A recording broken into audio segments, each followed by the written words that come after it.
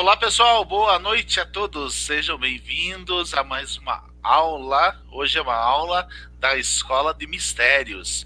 Hoje nós estamos aí, uma aula especial e estamos conversando a respeito de uma pedra muito interessante que fez parte e faz parte, na verdade, da minha vida e da vida do professor Paulo, mesmo quando a gente ainda nem sequer tínhamos a ideia de se conhecer um dia para formarmos esta escola de mistérios que nós estamos tendo hoje, né? Então, essa história que nós vamos contar hoje é uma história de uma pedra muito especial, uma pedra que possui muitos mistérios. Então, esta pedra, é, ela surgiu de uma forma muito misteriosa e que hoje nós vamos ficar sabendo toda essa história que vem acontecendo, o que aconteceu sobre esta pedra, né? Então você já pode dar uma olhada aí no encarte inicial, onde ele estava aí na capa, que essa pedra tem formas de mapas, né? Então isso aqui é uma coisa muito interessante, né? Então essa pedra faz parte da nossa história e da nossa vida, né, professor Paulo? Exatamente. Na verdade, é um dos casos mais incríveis dos quais eu pesquisei pessoalmente. É a história da pedra extraterrestre. Uma grande amiga minha, antropóloga, pesquisadora, que teve a oportunidade de estar com ela em mãos, a professora Clóris Adriana Fofo, ela denominou de a joia do cosmos. Ela falava, Paulinho, não chame de pedra, Paulinho, carinhosamente ela falava. Chame de joia, que é uma verdadeira joia. Imaginem vocês uma pedra vinda da Lua tem um valor incrível, porque os astronautas da Apollo 11 foram até lá, alunizaram e trouxeram algumas amostras. É uma coisa muito rara, mas nós tivemos a oportunidade de ter em mãos, e essa pedra ainda existe, está muito bem guardada. Eu vou contar a história para vocês de um caso de abdução, que na verdade não foi bem uma abdução, foi um contato, uma abdução, mas que se virou um contato. Depois vamos falar um pouquinho da diferença entre os dois, mas o fato é que o professor Dirceu foi muito preciso na sua forte intuição quando abriu a live. Nós não nos conhecíamos nessa época e é como se o tear de Deus fosse tecendo os fios dessa história e nós nos encontramos em determinado momento. Eu diria, até o professor Jefferson conhece muito bem como funciona isso, que existem os crononautas, que são os viajantes do tempo. Só que eles não podem viajar no mesmo tempo físico que o nosso, senão poderia causar um colapso. Eles viajam numa dimensão paralela. É como se alguém conhecesse todos os fatos e lá do outro lado, de alguma forma, tentasse influenciar, mas sem poder interferir diretamente. Vocês vão entender o que eu quero dizer quando eu começar a contar essa história para vocês. Agora, nos bastidores, aqui no preâmbulo da história, porque eu montei um PowerPoint, professor Dirceu, porque no PowerPoint eu sou muito ruim com datas. Até agora há pouco o professor Dirceu falou que ano foi que ele teve contato. Eu até tinha me esquecido, foi em 93, mas ele começou a falar só em 96. E ele foi a público no meio ufológico em 98. Entende? Então, mas eu montei um cronograma com slides, onde eu anotei passo a passo tudo o que aconteceu. Primeiro, eu vou contar para vocês a história. O professor Dirceu vai estar comentando durante a minha narrativa, porque esse contato aconteceu na cidade de Ponta Grossa. Eu falo que foi uma feliz coincidência que, mesmo sem residir em Ponta Grossa, eu acabei sendo praticamente o primeiro ufólogo do Brasil a ter a pedra em mãos e ficar com ela por um período. Coincidências do destino, mas eu vou mostrar para vocês como que tudo foi tecido. E eu começo a perceber que nós fazemos parte de um grande plano cósmico. É isso mesmo, né, professor Paulo? Bom, eu quero já de antemão saudar aí todos que já estão presentes na live e que estão dando boa noite. Sejam todos muito bem-vindos.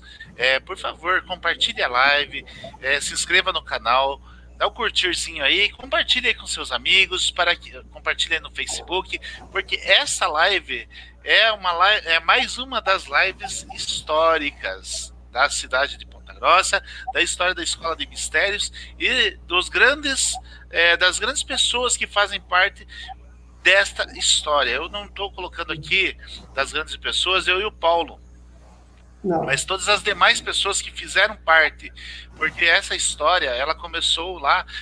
Professor Paulo, permita-me dizer aqui como ela chegou até a minha pessoa lá em 93, início de 94. Então, mais ou menos foi assim. Em 93 ou 94, por aí, eu lembro que era bem no início da minha carreira lá no meu laboratório, onde eu trabalho até hoje, chegou essa pedra através do Departamento de Geociências da Universidade Estadual de Ponta Grossa, onde o professor, nós vamos falar o nome da pessoa que... É melhor não falarmos o nome do antigo proprietário, né? Não, professor, eu tomei uma decisão, até agora há pouco eu recebi um insight. Essa é uma live de documentos. Isso. Então, eu vou deixar documentado, mesmo que meia dúzia de pessoas assistam hoje, ela vai ficar arquivada para a posteridade. Então, eu vou citar o nome dele, sim. Eu vou citar o nome do primeiro geólogo que analisou a pedra. Todos os geólogos, eu tenho todos os documentos aqui. Cada geólogo que analisou a pedra, eu vou contar a história dele, o parecer de cada um deles. Eu vou contar como foi que o Júlio César também. Ou seja, para a gente não ficar em paralelo. Vamos lá, então, professor. Então, o Júlio César. Sabe por quê? Porque é o seguinte: eu fiz uma live no canal, aqui, um dos maiores canais do Brasil, se não é o maior, para contar a história da pedra. Mas aqui, na nossa escola, na Bex, acho que eu vou até falar o nome do canal dele no ar, é um grande amigo, é o canal Flávio Vale. Só que na live do Flávio Vale, eu não usei slides. Não tem foto. Eu contei a história da pedra como se fosse um bate-papo com ele. E como eu contei também a história de um bastão de cristal, que é um objeto extraterrestre que também veio parar em nosso poder. Então, foi uma coisa meio tumultuada. Foi lindo, maravilhoso, mas não organizada como eu preparei para hoje na Escola de Mistério. Certo. Okay? Então, professor... essa vai ser uma live de documento. Isso, com certeza. Então, professor, na época, eu estava no meu laboratório, uma pessoa recém-formada, e estava começando a trabalhar. Na época, eu não tinha lá todo o interesse pela ufologia, estava despertando a parte técnica, o conhecimento técnico. E, de repente, chega na porta do laboratório o professor Alfredo José Zara, chefe do Departamento de Engenharia de Materiais da Universidade Estadual de Ponta Grossa, juntamente com o professor de Geografia, o professor Paulo Godoy, juntamente com Júlio César Murmel. E essas três pessoas, eles carregavam, eu lembro muito bem que o professor, o Júlio César, ele carregava em invólucro de um jornal que estava invólucro de um papel bolha, uma pedra, e pediu para que eu pesasse. Na época, essa pedra, eu me lembro muito bem disso, é como se eu estivesse vendo essa sensação agora, né? Essa pedra tinha mais ou menos essa coloração aqui, ó, esse verde musgo aqui, um verde abacate, verde folha, forte. Na época era essa a cor dessa pedra. Ela não exalava cheiro, ela não tinha cheiro de nada. E eu pesei essa pedra, tinha 2 quilos, 232 gramas. Certo? Esse foi o peso que eu pesei em uma balança eletrônica. Olha, e deu isso. Professor, certo? É importante esse contar. Certo. Porque a última pesagem que foi feita, se eu não estou enganado, faz muito tempo que eu preparei essa parte dos slides e eu não reli hoje. Mas, se não me engano, eles estavam dizendo que era 1,8 kg. Isso significa que... Ela perdeu matéria. Como? Ela perdeu matéria. Exatamente. No meio Exatamente. do caminho. Ou alguém cortou uma parte dela como lembrança. Bom, eu lembro que na época, eu lembro de todas as partes. Eu sei que foi retirado alguns pedaços dessa pedra, minúsculos, porque é uma joia realmente, ela tem um valor, ela é uma pedra, pelo ponto de vista, né, geográfico. Eu quero deixar bem claro aqui, que eu estou falando aqui como técnico do laboratório que recebeu um material para análise, certo? Desse momento aqui. Não estou falando como mistérios ufológicos, certo? Quero deixar bem claro isso. E vou fazer essa distinção durante o meu pronunciamento. Então eu pesei essa pedra e eu comecei a observar essa pedra. E o senhor Júlio César já rapidamente ele pediu a pedra. Né? A gente não pôde tirar foto, não pôde fazer nada, até porque não tinha como tirar foto naquela época, né? Era muito difícil. Então eu olhei a pedra e eu consegui identificar os mapas. Na época muito rasteiro assim, né? Eu falei assim, nossa, é interessante que ela parece ter os mapas. Eu vi o mapa mundi, eu vi o mapa do continente americano, eu vi o mapa do Brasil, do continente da América do Sul, o mapa do Paraná, o mapa da cidade de Ponta Grossa, ele não estava muito evidente, mas deu para identificar. E eu até fiz esse comentário, e eu acho que foi nesse momento que eles perceberam a existência dos mapas na pedra. Porque eu lembro que o professor na época, ele falou, nossa, é interessante porque nós não tínhamos observado esse detalhe, né? E essa pedra, ela foi levada embora. Eu lembro que a gente sugeriu, na época, o chefe do departamento sugeriu encaminhar para a UFSCar, que é a Universidade Federal de São Carlos, que lá tinham equipamentos que nós não tínhamos na época aqui na universidade, e que lá poderiam ser feitos testes mais aprofundados. E assim, ela foi elevada, né? A estrutura dessa pedra, ela era estrutura piramidal, certo? Então ela era composta de várias pirâmides em formatos de linhas sem fim, onde chegava nos vértices, ela dobrava e iam formando triângulos cada vez menores. Então imagina que vou tentar. Ela faz assim, ó. Professor Disseu, eu gostaria muito que o senhor me permitisse. Faz favor. Eu vou mandar fotos para ele. Eu trouxe uma dezena de fotos. Vai ser muito legal que uma imagem fala mais do que 1000 palavras. Exatamente. E aí, professor, só concluindo, essa pedra eu nunca mais tive acesso a ela desde lá de 93, 94. Eu não lembro muito bem o ano que foi, mas foi 2016, 2017. Eu sei que já tinha, era bem no início do Facebook aí, onde existia, houve uma escritora que me procurou para que fosse escrito um livro. Ela queria atrelar esse livro em relação a essa pedra, a Vila Velha, né? Colocar a história dessa pedra atrelando ao fato de Vila Velha.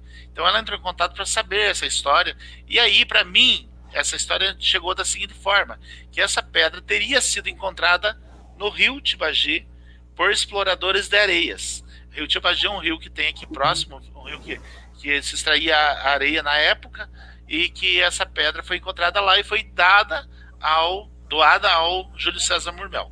Então essa história, né, que chegou até mim. A gente sabe, do ponto de vista geológico, o Paulo Godoy, ele me falou um dia que essa pedra trata-se de uma safira de origem aproximada de mais de 2 milhões de anos, da era glacial, e que veio do Polo Norte através de um bloco de gelo.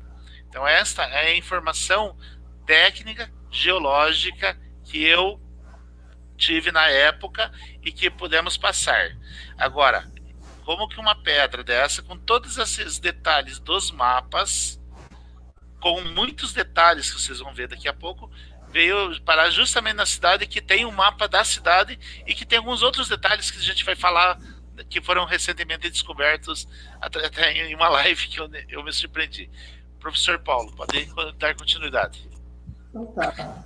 Eu vou falar para vocês que é um caso incrível, nós até nos empolgamos. Eu peço que vocês tenham um pouquinho de paciência, porque eu montei um cronograma aqui, certo? Nós vamos estar comentando coisas, por isso que eu falei que vai ser uma live documento. Vai ser uma live documento porque eu vou estar falando coisas que eu nunca falei, inclusive sobre esse aspecto do professor, do senhor Júlio César Murmel, que eu vou contar a história dele primeiro para vocês, ele ter dito que realmente ele achou no Rio de Bagi.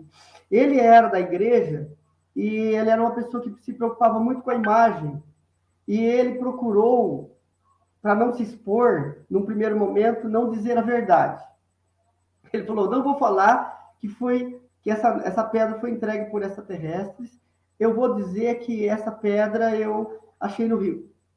Porque eles haviam dito para ele, aí ó, o professor Jefferson, já agradeço a participação do professor Jefferson, é muito boa essa colaboração, falando a respeito dos crononautas, desses viajantes transdimensionais de outros universos, que por conta de uma lei hiperfísica, esses paradoxos temporais, que ditam que elementos anômalos do mesmo universo se alteram. Se houver, então, por exemplo, alguém entrar no plano físico do futuro e ele se encontrar consigo mesmo, ele pode se aniquilar. Então, eu vou explicar para vocês como que eles teceram toda essa história. Vai ser muito interessante. Eu vou pedir para o professor Dirceu se eu posso compartilhar os slides já.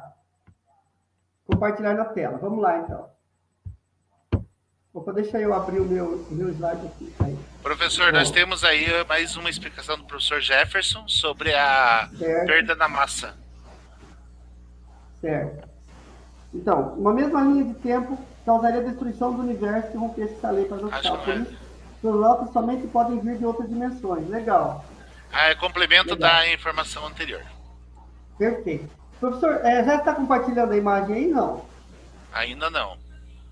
Eu já... Então, deixa eu voltar aqui. Deixa eu minimizar. Pronto, minimiza. Ah, tá. Compartilhar. Agora, vamos lá. Tela cheia. Compartilhar aqui. Compartilhar áudio do sistema. Vamos lá. Deixa eu só... Ah, tá. Tem que clicar aqui também. Pronto. Agora sim. Agora vai. Compartilhar. Então, agora eu vou abrir a tela do meu computador aqui para vocês poderem ver. Já está na tela. Já vai aparecer, perfeito. Deixa eu maximizar aqui, que está bonito. Coloquei uns dados aqui da Bex, uma figurinha de um extraterrestre em postura de meditação, e um portal atrás dele, porque o universo é multidimensional. O professor Jefferson explica muito bem isso. E vamos lá. Vou passar para o primeiro slide aqui. Essa é uma foto da pedra, que nós chamamos de joia do cosmos, e misteriosamente teria sido deixada por seres extraterrestres como prova de um contato. Então, o contatado recebeu essa pedra como se fosse um testemunho das experiências que ele teve e das informações que ele deveria transmitir para o mundo.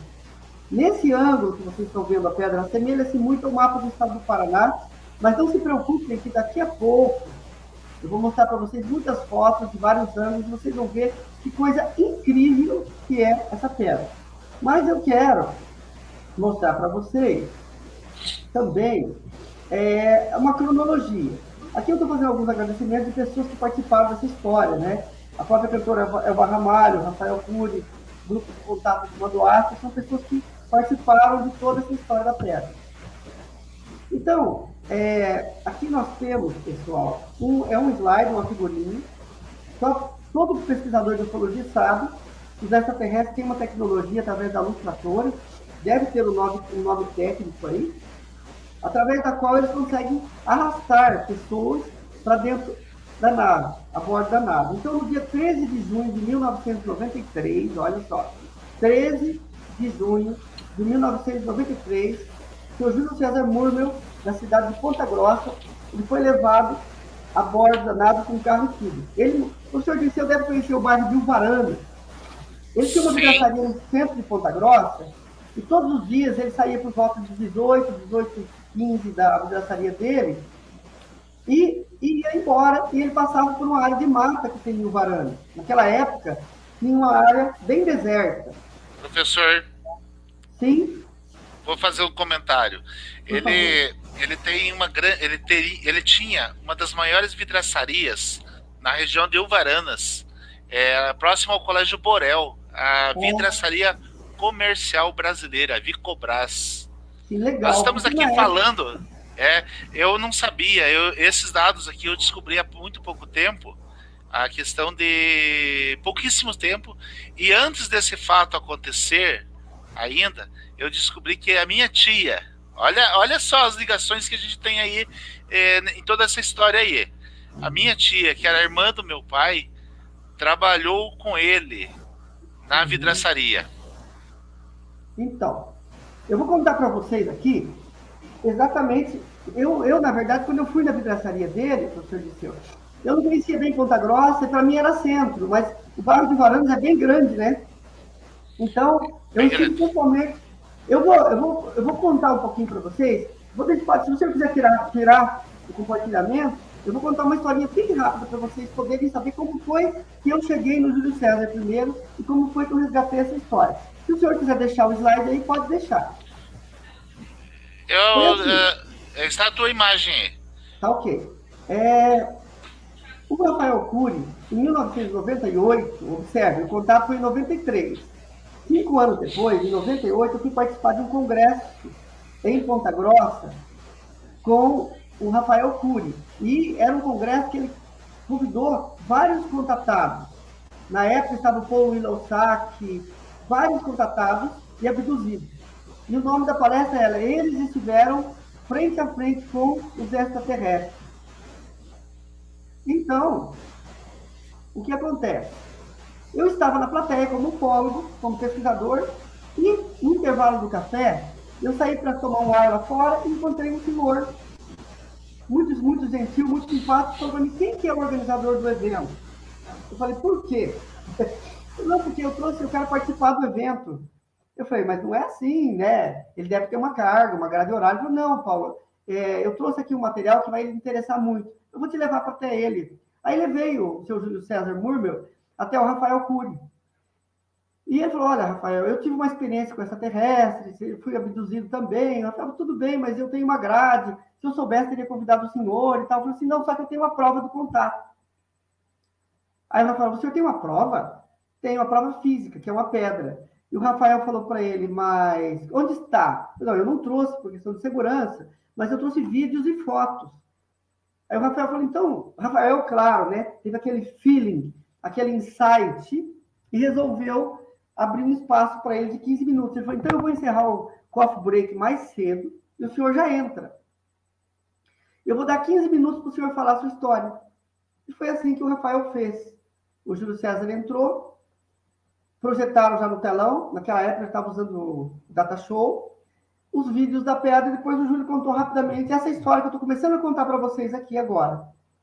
Todos ficaram impressionados. Eu pensei, puxa vida, vai chover de ufólogo lá em Ponta Grossa, na casa do Júlio, para fazer uma pesquisa. Ele está dizendo que tem essa pedra, então cientistas, autoridades vão querer analisar para ver se é fake, né? Se é falso ou verdadeiro, ou se é um equívoco da parte dele, porque existem os equivocados sinceros, né? Necessariamente, às vezes a pessoa não está querendo te enganar, ela também está enganada. Isso não tem nada de errado. Nós mesmos, pesquisadores, muitas vezes nos equivocamos, mas o fato é que na semana seguinte eu peguei o carro e saí de Apucarana, no norte do Paraná, e fui até Ponta Grossa. E procurei naquela época nas páginas amarelas. A primeira vidraçaria eu liguei não era dele. A pessoa já me falou, não, a vidraçaria dele é tal, eu já achei a vidraçaria dele e fui de surpresa. Eu e um amigo chamado Denilson, quando nós chegamos na vidraçaria dele, ele levou um susto, que ele lembrou de mim.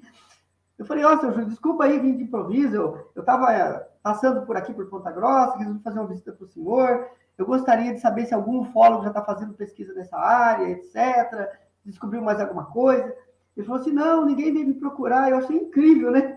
Ninguém procurou o senhor até agora, não. Eu falei, olha, eu teria como eu ver essa pedra? Ele falou, não, está guardado no Banco do Brasil, num cofre, mas mais para frente, o dia que eu resgatar ela, eu te mostro essa pedra. Ok, seu Júlio. Tudo bem, então. Conversamos bastante. O senhor autoriza eu gravar a sua história? Naquele momento eu liguei a filmadora e o senhor Júlio começou a contar a história. Eu fui gravando tudo que ele falava. Alguns meses depois, eu tinha ido para Curitiba novamente. No retorno, eu passei, nesse dia, na minha primeira visita para a vidraçaria do Júlio César, ele já ficou meu amigo, nós tomamos um café junto. Sabe aquela empatia? Foi muito legal. Eu falei da pesquisa que eu faço na área e tudo. Nos tornamos amigos. Ele falou, o dia que você vier para cá, passa em casa tomar um café. E eu passei de surpresa. Imaginem que ele mandou eu entrar para tomar um cafezinho e fomos para a sala. Pasmem, em cima da mesinha de centro da sala dele, tinha uma pedra linda que exalava um aroma, uma fragrância indescritível. E ele me disse, olha que coincidência, eu resgatei a pedra do banco, ela está aqui em casa por uns tempos. E eu tive a oportunidade, na ocasião, eu sempre andava com a minha filmadora, na época da filmadora ainda, e eu filmei de vários ângulos da pedra, inclusive quando eu lancei o livro Naves Cósmicas, eu coloquei fotos que eu fiz dessa filmagem no livro, né? No livro Naves Cósmicas, eu conto a história da pedra, deixa eu ver se eu consigo pegar aqui na câmera do... que não vou conseguir. Bom, não tem problema, vocês vão ver slides. Eu não parei, teria que ter segurado mais devagar para vocês poderem ver as imagens que eu fiz da pedra na época. O fato é que nós nos tornamos muito amigos. Eu não vou contar o resto depois, as viagens e aventuras, porque já está nos slides. Então, voltando agora para a cronologia, podemos voltar para o slide. No dia 13 de junho de 93, o seu Júlio, ele vê uma luz no céu que acompanha o carro, e essa luz puxa ele a bordo da nave. O relógio marcava 18h45, parou nesse horário. Mas quando ele volta para casa, já eram 2 horas da manhã. Ou seja, haviam se passado 6 horas e 15 minutos. Só que para ele, tinha passado apenas 15 minutos. Então, para os estudantes de ufologia, esse é o famoso missing time, o tempo perdido. Quando o relógio... Inclusive, eu tive uma experiência com o professor Jefferson, voltando de Maringá para Apucarana, nós tivemos uma experiência de missing time. Só que, na época, eu já tinha um pouco mais de experiência e o professor Jefferson documentou tudo. Nós pudemos documentar o tempo perdido que aconteceu conosco nessa viagem. E o que aconteceu com o Júlio César foram 6 horas de tempo perdido, dos quais ele não se recordava. Pessoal, o Júlio César recebeu a pedra, mas ele não lembrava de onde que tinha aparecido aquela pedra. No outro dia de manhã, ele foi olhar no banco do carro e tinha uma pedra no banco do carona. E o que acontece? Ele não lembrava quando ele foi. Eu gostaria que o professor Dirceu compartilhasse os slides agora. No outro dia de manhã, primeiro eu vou contar uma historinha assim, pessoal. Por isso que eu falei que hoje eu ia contar coisas que eu não tinha contado ainda dos bastidores. O seu Júlio chegou, bateu na porta, a mulher dele abriu, desesperada, que naquela época não tinha celular como hoje, né? O seu Júlio, falou, Júlio, onde você estava até essa hora? Eu me lembro até hoje, como se está muito fresco na minha memória, ele contando essa história, que a mulher brigou com ele, achou que ele estava, sei lá onde, né, que tinha da gandaia, porque ele não tinha esse hábito, mas ele nunca chegava tarde, e de repente chegava 2 horas da manhã, a mulher brigou com ele, falou, não, eu saí da vidraçaria, esposa, e vim direto para casa. Falei, mas como, Júlio, são 2 horas, você vai ter que me explicar o que aconteceu. E ele olhou para o céu, a nave ainda estava pairando em cima do bairro dele. Tá vendo aquela luz que me buscou, que me puxou? Você está ficando louco, Júlio? Nisso a nave foi embora. Ele me falou, pessoalmente, nos bastidores, que ele não se lembrava de como foi que ele pôs o carro para dentro da garagem. Quando ele se deu conta, ele estava para dentro do portão. Ele entrou. No outro dia pela manhã, quando eles foram mandar as crianças para a escola, ele disse que estava aquele climão, né? A mulher brava, querendo saber onde ele estava, e ele não quis mentir, falou assim, não, o que aconteceu foi que uma luz me levou e eu acordei aqui dentro do quintal. As crianças foram para a escola, ela deu outra prensa nele, ele foi no carro e pegou aquela pedra. E teve uma intuição muito grande de lavar. E à medida que a água caía e eles esfregavam com uma escovinha a pedra, ele sentia um aroma, um perfume. E, a partir daquele momento, houve uma alteração de comportamento no seu Júlio. Ele ficou mais espiritualizado, mais internalizado, falava menos, ou seja, mudou o comportamento, a personalidade dele. E a mulher do seu Júlio, ela ficou assustada e foi procurar o padre. Aí entra o professor Dirceu novamente, que aqui, professor Dirceu, eu vou revelar o nome do padre e o nome do frei que fez a regressão dele, para todo mundo saber, ok? Hoje eu estou fazendo uma live histórica. Então, o seu Júlio César mudou o comportamento, a mulher dele foi falar com o padre, o Frei Vanderlei, da Igreja Imaculada Conceição. E falou, Frei, o meu marido... Eu conheço esse Frei. Então, hoje eu vou dar todos os elementos que eu nunca dei antes desse caso. Aí ela falou assim, Frei, o meu marido chegou esses dias 2 horas da manhã, o nosso casamento está abalado, ele não quer me dizer onde ele esteve, e outra, ele mudou o comportamento, eu acho que ele tem uma amante, e não quer me contar. O Frei, ela era muito dentro da igreja, o Frei Vanderlei falou para ela, não, traga ele até aqui que eu quero conversar com ele. E foi, assim foi feito. Quando ele contou a história para o Frei Vanderlei, o Frei Vanderlei viu que tinha algo estranho e levou ele até um outro frei que faz é, regressões, que é o Nicolau. Eu vou até ler o slide aqui, senão, porque durante 8 meses o seu Júlio ficou O sem lembrar de Nicolau, nada.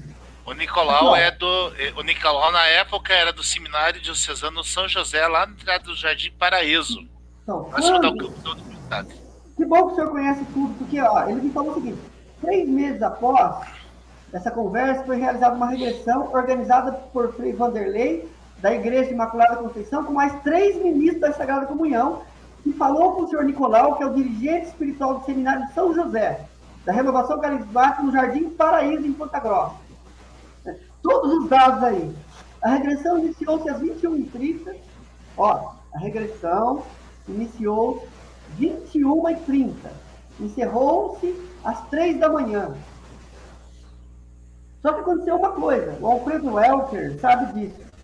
O hipnólogo que faz a regressão, ele tem como dar um comando para o hipnotizado não recordar daquelas memórias novamente. Então, o que eles fizeram? Eles deram um comando para que o seu Júlio esquecesse tudo. Então, eles obtiveram as informações, eles sabiam que era uma pedra extraterrestre, eles coletaram as informações, as profecias, inclusive, que os seres tinham passado para o seu Júlio, mas eles não revelaram o seu Júlio, eles apagaram da memória dele. E pediram mais ainda. Pediram para o seu Júlio que deixasse a pedra guardada na igreja. E, olha lá, Frei Vanderlei mantém a pedra guardada por 6 meses. E essas informações eu retirei do áudio que eu tenho gravado do seu Júlio. Eu tenho áudio gravado do seu Júlio.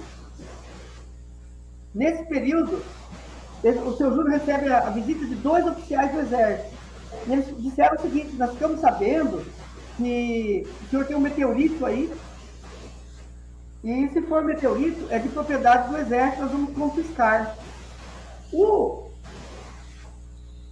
professor, aliás, o nosso amigo Júlio César me contou nos bastidores na época, que quando ele falou em confiscar, o seu Júlio olhou para ele, ele começou a transpirar, começou a escorrer suor pelo rosto, ele passou mal e foi embora e nunca mais voltou. Então o seu Júlio me dizia que ele acreditava que aquela pedra tinha como que eu poderia dizer, tinha um mecanismo de autoproteção. Depois o professor Jefferson pode até comentar alguma coisa a respeito. Então, mesmo nem na live que eu fiz lá no canal Flávio Vale, eu contei esses detalhes que eu estou revelando hoje para vocês, tá? Então, o que acontece? Imediatamente, o Vaticano manifestou interesse em adquirir a pedra. Vai olhando. Só que o que acontece é o seguinte, pessoal. Conforme o seu Júlio, após a experiência que o seu Júlio teve com a pedra, ele começou a ter projeções da consciência. Os contatos continuaram, só que fora do corpo. O seu Júlio já não tinha mais contato físico. Esse é um processo muito conhecido pelos espiritualistas, esotéricos, que é o processo da viagem astral. Só que o professor Jefferson também tem muitas novidades na área, falando sobre a mnemonáutica, que é um avanço da projeção astral. É quando você está no astral, na quarta dimensão, mas você está desenvolvendo tecnologia para influenciar o físico. E, de uma certa forma, tem tudo a ver com essa história que eu estou contando hoje para vocês. Eu até me empolgo, porque eu não estou contando algo que eu li num livro, que eu pesquisei na internet, mas são coisas que eu vivi. Como dizia um grande professor meu, que eu vivi em carne, osso e pescoço. Então, ele passa a ter contato com a quarta dimensão e fora do corpo físico, ele recebe a incumbência de divulgar a experiência, a começar pela pedra. Então, eles pediram para ele que segurasse por 3 anos. Então, em 93, ele teve a experiência, a partir de 96, eles pediram para ele começar a divulgar. Tem uns detalhes que eu vou contar para vocês agora, porque, como eu prometi, hoje eu vou contar coisas de bastidores. O que o Frei fez, professor Disseu?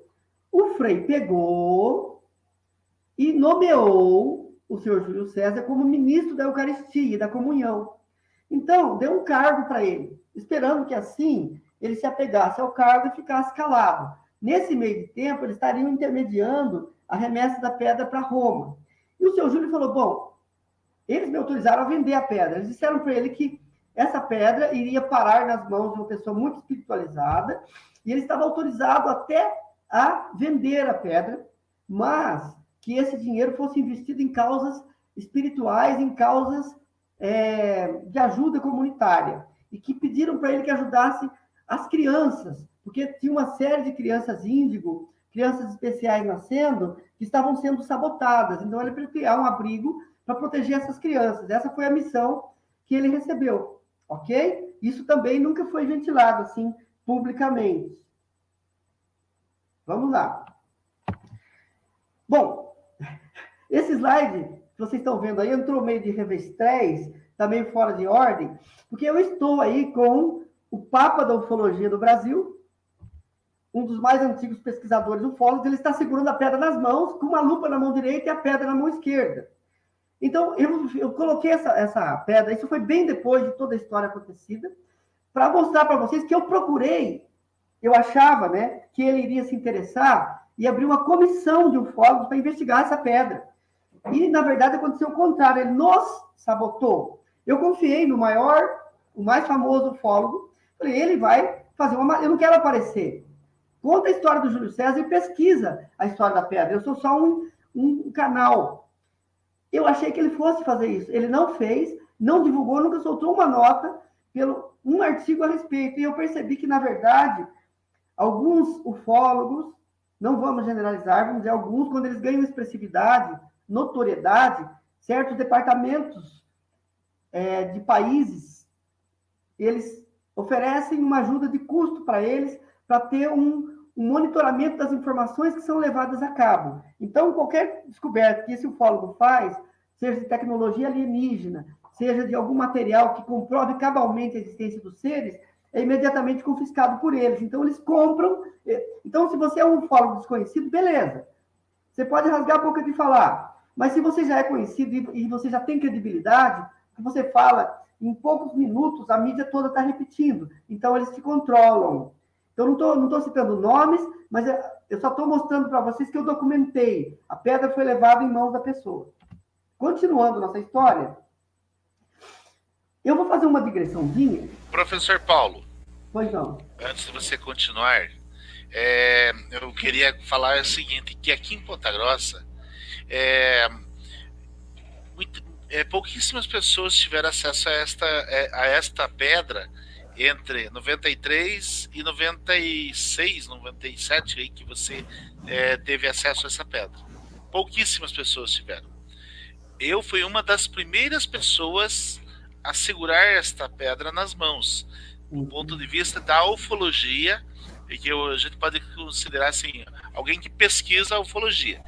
Eu fui uma das primeiras pessoas a segurar essa pedra em mãos. Os demais ufólogos aqui que a gente conhece, que eu vou citar aqui os nomes, o Juliano, os nossos amigos também que tem aqui, a gente tem no nosso grupo aqui da sala de aula, a gente tem alguns ufólogos aqui da região de Ponta Grossa que participam, né? Dos grupos da época, tinha bastante grupos aqui que eram grupos independentes de ufologia. Todos esses grupos, eles puderam ver a pedra, mas eles não puderam tocar nessa pedra. Então, só para registrar. Dá para contar na ponta dos dedos de uma mão o número de pessoas que tocou essa pedra. Sim. Então, o que acontece? Em 1999, aconteceu uma coisa interessante. Eu tinha um amigo na região norte velho do estado do Paraná, que é um contatado, acabou se tornando um grande amigo meu, e ele tinha experiências com o comandante Astar Cheran. E ele teve uma experiência a bordo da nave. Na verdade, Astar é um grau, era um comandante de uma nave, é um ser muito evoluído, e esse ser pediu para ele que lançasse um livro, contando a história. Deu até o nome do livro, era para chamar-se Naves Cósmicas, Portal de Luz para uma Grande Missão. Porque, na verdade, esse livro tinha uma missão. Eu só fui entender isso 20 anos depois. A missão desse livro foi salvar a pedra. Por isso que eu desconfio que teve alguma coisa de crononáutica no meio. Ok? Porque quando o senhor Davi Ceni Bueno me procurou e pediu para escrever o livro, ele falou, Paulo, essa noite eu tive um contato com seres e eles me pediram para escrever um livro. Meus parabéns, senhor Davi, eu vou ser o primeiro a comprar o livro. Eu falei para ele, começa já. Ele falou assim, não, Paulo, você vai escrever o livro. Desculpa aí, seu Davi, respondi eu imediatamente, mas eu não tenho nenhum dom literário, sou péssimo para escrever, nem tenho tempo para isso, nem tenho know-how. O que eu vou colocar de informação no livro? Não, você tem que ser coautor desse livro, Paulo. Você tem que ser coautor, porque ele pediu. Eu falei, mas seu Davi, eu vou falar o quê? O comandante falou que você tem uma informação que tem que contar no livro. Então tá, eu vou meditar. Se eu tiver realmente alguma coisa de nova para mostrar no livro, eu compartilho. Eu não vou só por ego, né? Só, eu recebi convite de outras pessoas para ser coautor de livro. O maior gosto se eu puder contribuir. Mas não só por ego, né? Não só para me aparecer. Então, o que acontece?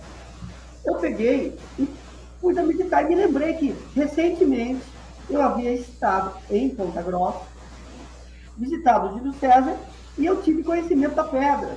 Mas, o que eu não tinha revelado para ninguém, que eu também estava de posse de um bastão de cristal, é um aparato extraterrestre que a pessoa que me esclareceu, que me deu 100% de certeza disso, foi o professor Jefferson, porque, na verdade, eu já tinha descoberto que ele era extraterrestre, porque ele criava um Merkabah ao redor do corpo astral da pessoa, a pessoa podia viajar pelas dimensões com ele. Mas não era todo mundo que conseguia, e sempre fica aquela dúvida, né? Mas o Jefferson me confirmou que realmente essas varinhas, elas são um artefato extraterrestre, ele até me explicou como que funciona essa tecnologia. Mas na época, eu estava de posse desse bastão de cristal, e conheci o contratado que recebeu, que desencarnou num acidente, e deixou para mim esse bastão de cristal, e me pediu que continuasse a missão. O que acontece é que, em seguida, estou contando coisas de bastidores hoje na nossa escola. Tá então, ótimo. eu pensei, eu não vou colocar toda a história do cristal. Eu estava investigando ainda o cristal na época. Mas a pedra, eu vou falar com o seu Júlio. Se o seu Júlio concordar, eu coloco a história dele no livro junto com o seu Davi e você com o autor do livro. Beleza. Liguei para o seu Júlio falou, Paulo, eu pretendo escrever um livro, sim, contando toda a minha história, vai chamar A Grande Mensagem, onde eu vou revelar tudo aquilo que os extraterrestres me contaram, mas eu te autorizo a escrever um capítulo contando a minha história.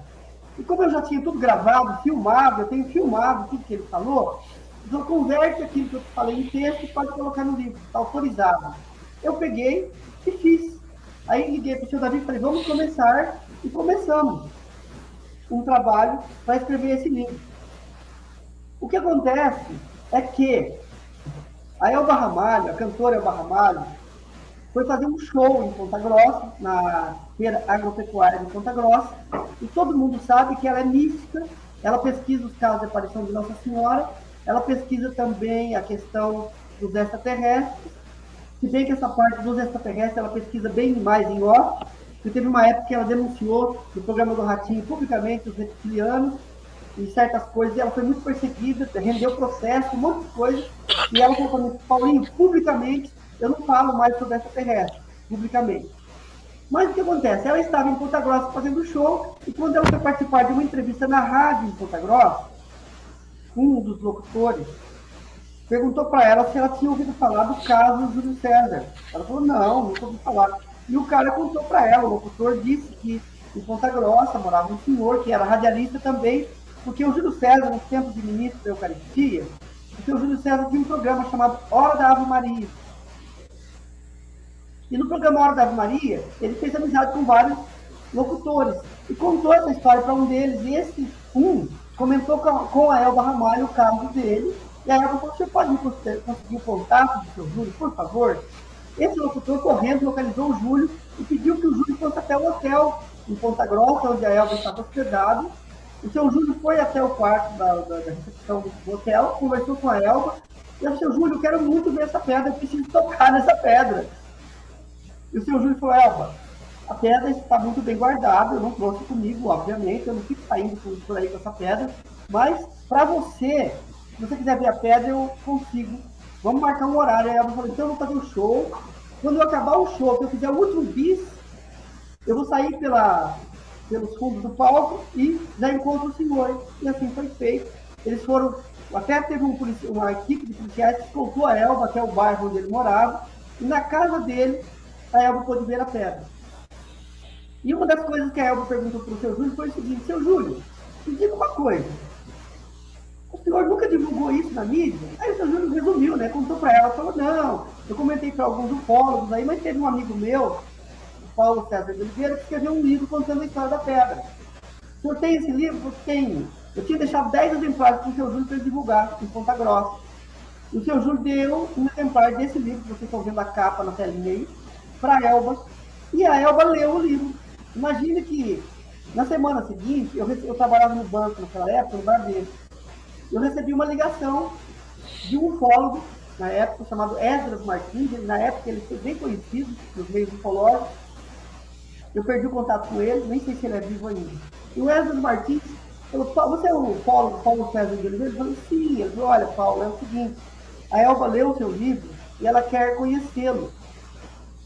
Aí eu falei, pera, um minuto. Eu lancei um livro do meu próprio bolso, divulguei aqui no norte do Paraná. Como que a Elba leu meu livro? Impossível. Ela falou, não, é que a Elba esteve em Ponta Grossa fazendo show, conheceu o seu Júlio César, e ela quer marcar uma reunião com você e com ele no Santuário da Luz, e com o senhor Davi, aquele contatado que você conta a história dele no livro. Aí eu falei, ok, então nós marcamos um encontro no Santuário da Luz. Então, continuando a história, na contracapa do livro, aqui no lado superior esquerdo, vocês estão vendo a foto do seu Davi, que teve contato com o Comando Asper. Se eu for entrar nesse assunto, dar uma live inteira para contar a história dele, uma hora eu posso até fazer com vocês.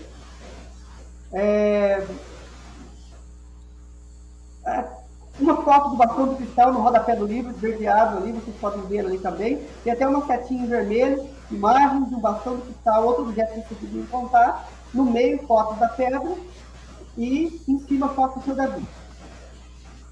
Continuando a história do seu Davi, ele descobre que essa pedra cortava vidro.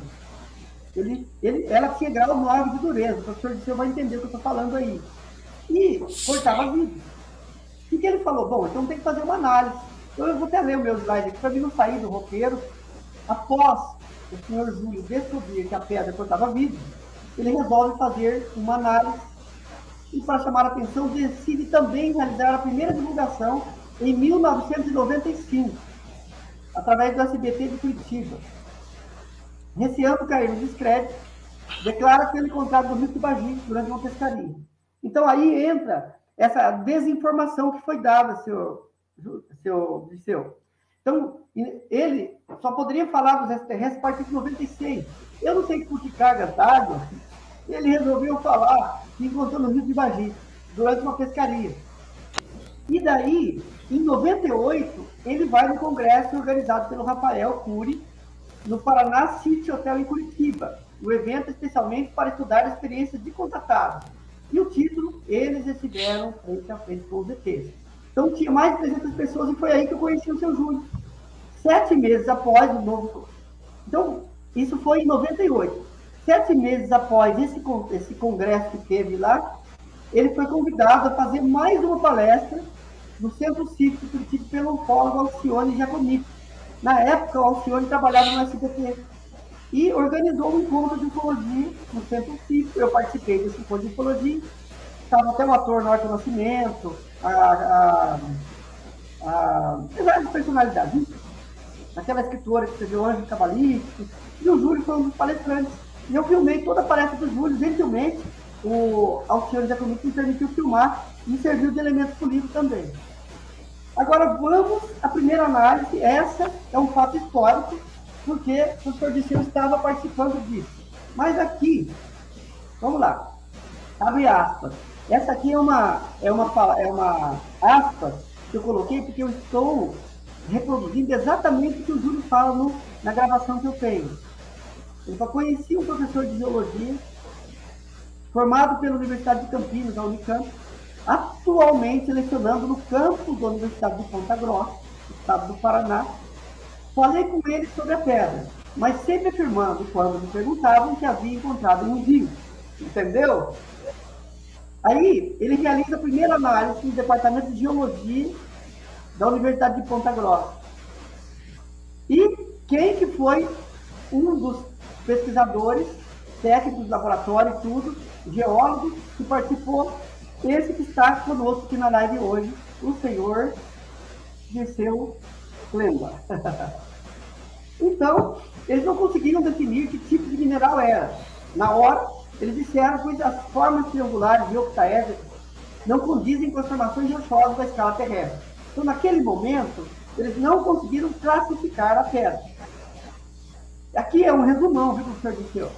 A segunda análise, mas eu vou falar mais disso lá na frente.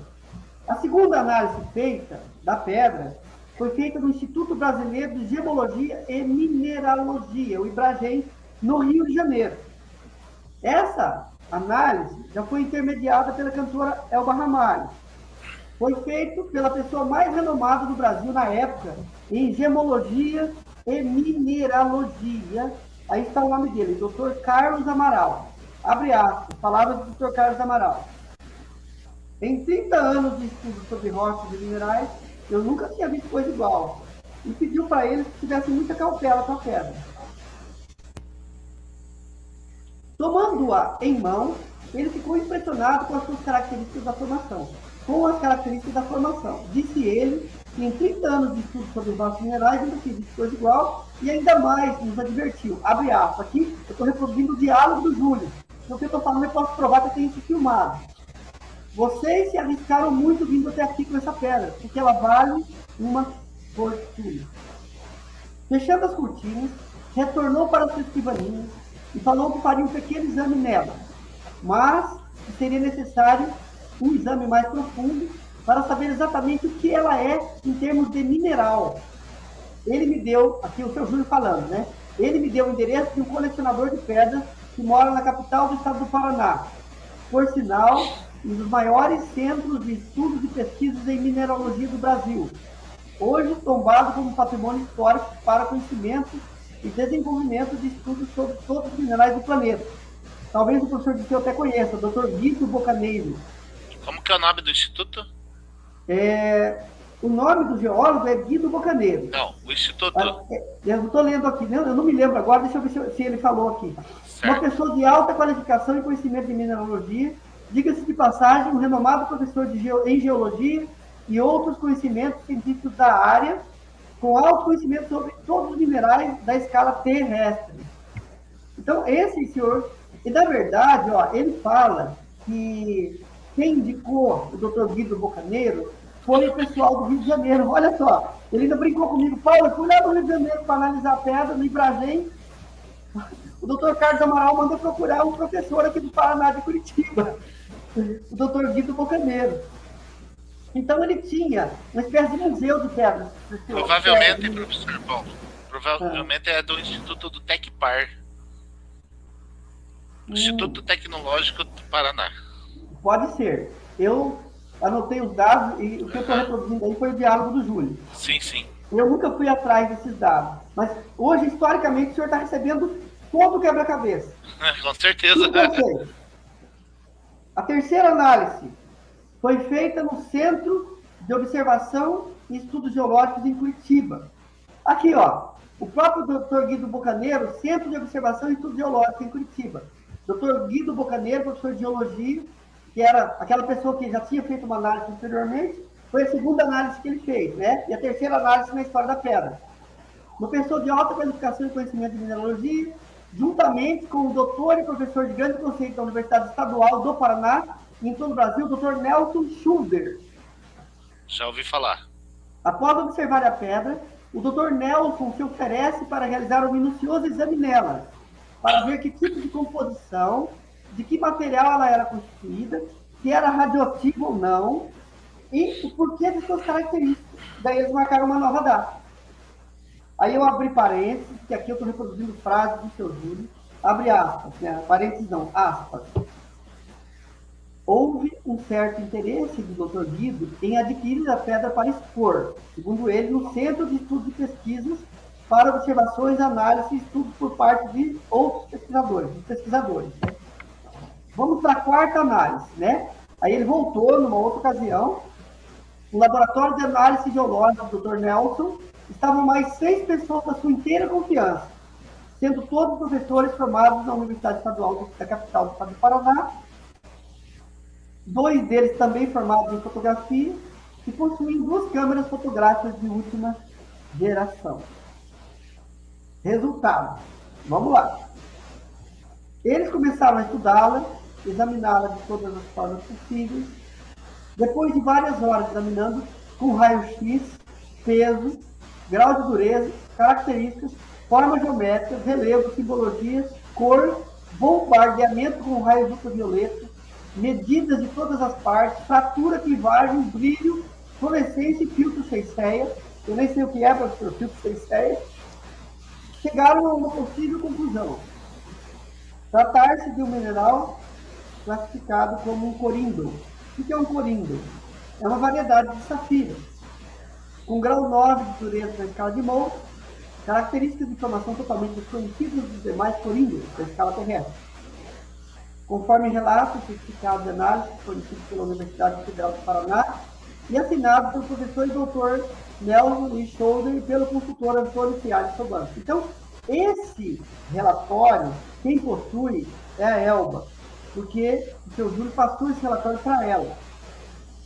Segundo os professores, essa formação rochosa de formas piramidais, símbolos e geometrias não são de características normais e se trata de um exemplar totalmente isolado dos demais tipos de rochas e minerais encontrados no planeta Terra. Então, ele tem isso por escrito. Mas eu quero falar um pouquinho para vocês do corindo, porque abre uma margem para uma interpretação muito importante aqui. Muito importante aqui. O que é um corindo? Primeiro eu vou explicar o que é um corindo. Mineral de dureza elevada, isso está nos anais aí da mineralogia, eu colhi isso na Wikipédia. O que é um corindo? Mineral de dureza elevada só perdendo para o diamante. Composto de óxido de alumínio Al2O3. Rubi quando vermelho e safira quando azul. O que muda a cor do corindo, sendo um rubi ou uma safira, depende da inclusão de moléculas de ferro. Se tiver moléculas de ferro, vai ser vermelho e vai rubi.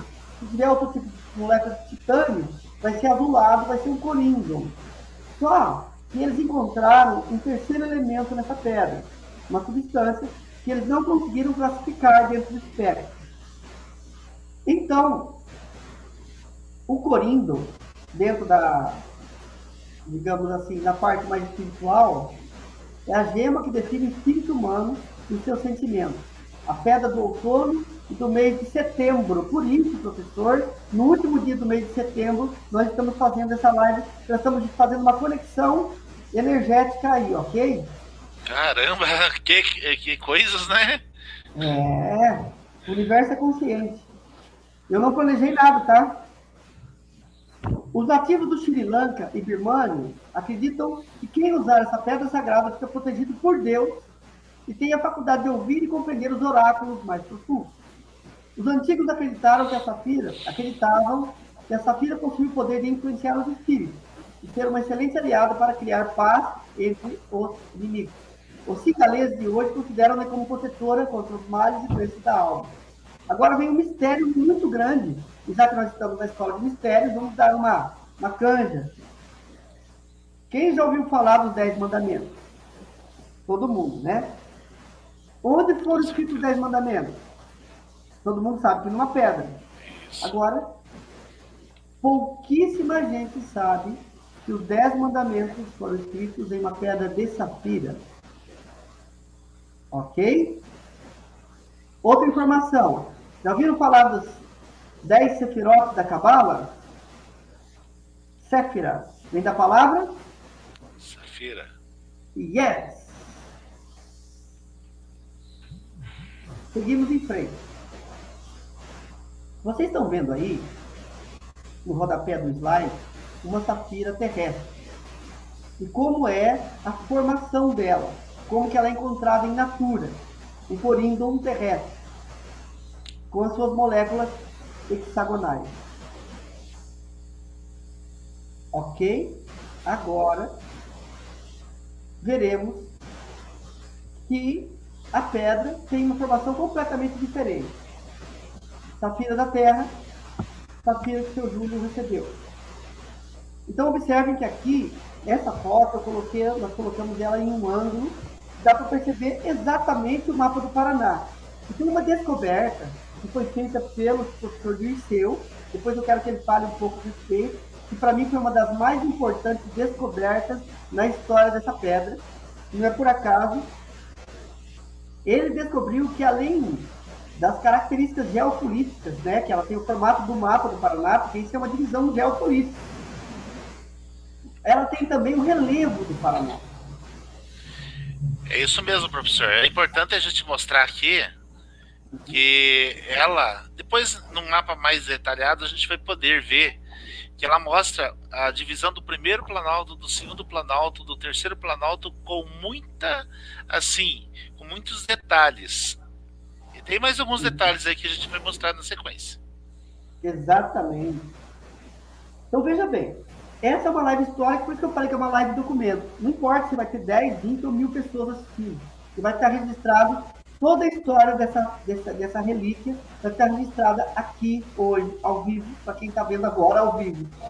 Então o que acontece? Na época, nós fizemos toda uma peregrinação, porque o que acontece? Em 2001, observe que eu estou fazendo alguns enxertos. Eu vou contando coisas de bastidores e vou contando para vocês também a cronologia de tudo que aconteceu. No ano de 2001, o seu César resolveu falar com o bispo de Ponta Grossa se ele autorizava fazer uma matéria da Rede Viva. Ok? Da Rede Vida, que é um canal da Igreja Católica. Então ele busca pela Rede Viva, pela Rede Vida, e os diretores da televisão da Rede Vida recomendam ao Júlio pedir autorização ao bispo. O mesmo, ao tomar conhecimento dos detalhes, pede afastamento do seu Júlio e do seu ministério. Ou seja, quando o bispo soube da história da pedra, ele manda afastá-lo do ministério e proíbe a Rede Vida de divulgar a história da pedra. Ok? Acontece que quando a Elba soube da pedra, o que ela fez? Ela falou, seu Júlio, o senhor não pode mandar essa pedra para o Vaticano. Pega essa pedra, guarda em algum lugar seguro, mas não manda. Se essa pedra for para Roma, ela não volta. Então, no dia 18 de novembro de 2001, um telefonema da Rádio Vila Velha, um radialista e amigo do seu Júlio, que iria entrevistar a Elba por ocasião do show, essa história eu contei lá atrás para vocês, é que eu tinha esquecido o nome da rádio, foi a Rádio Vila Velha, que marcou um encontro com a Elba no hotel, que depois foi na casa dele. Então nós estamos vendo aí... Professor? Sim?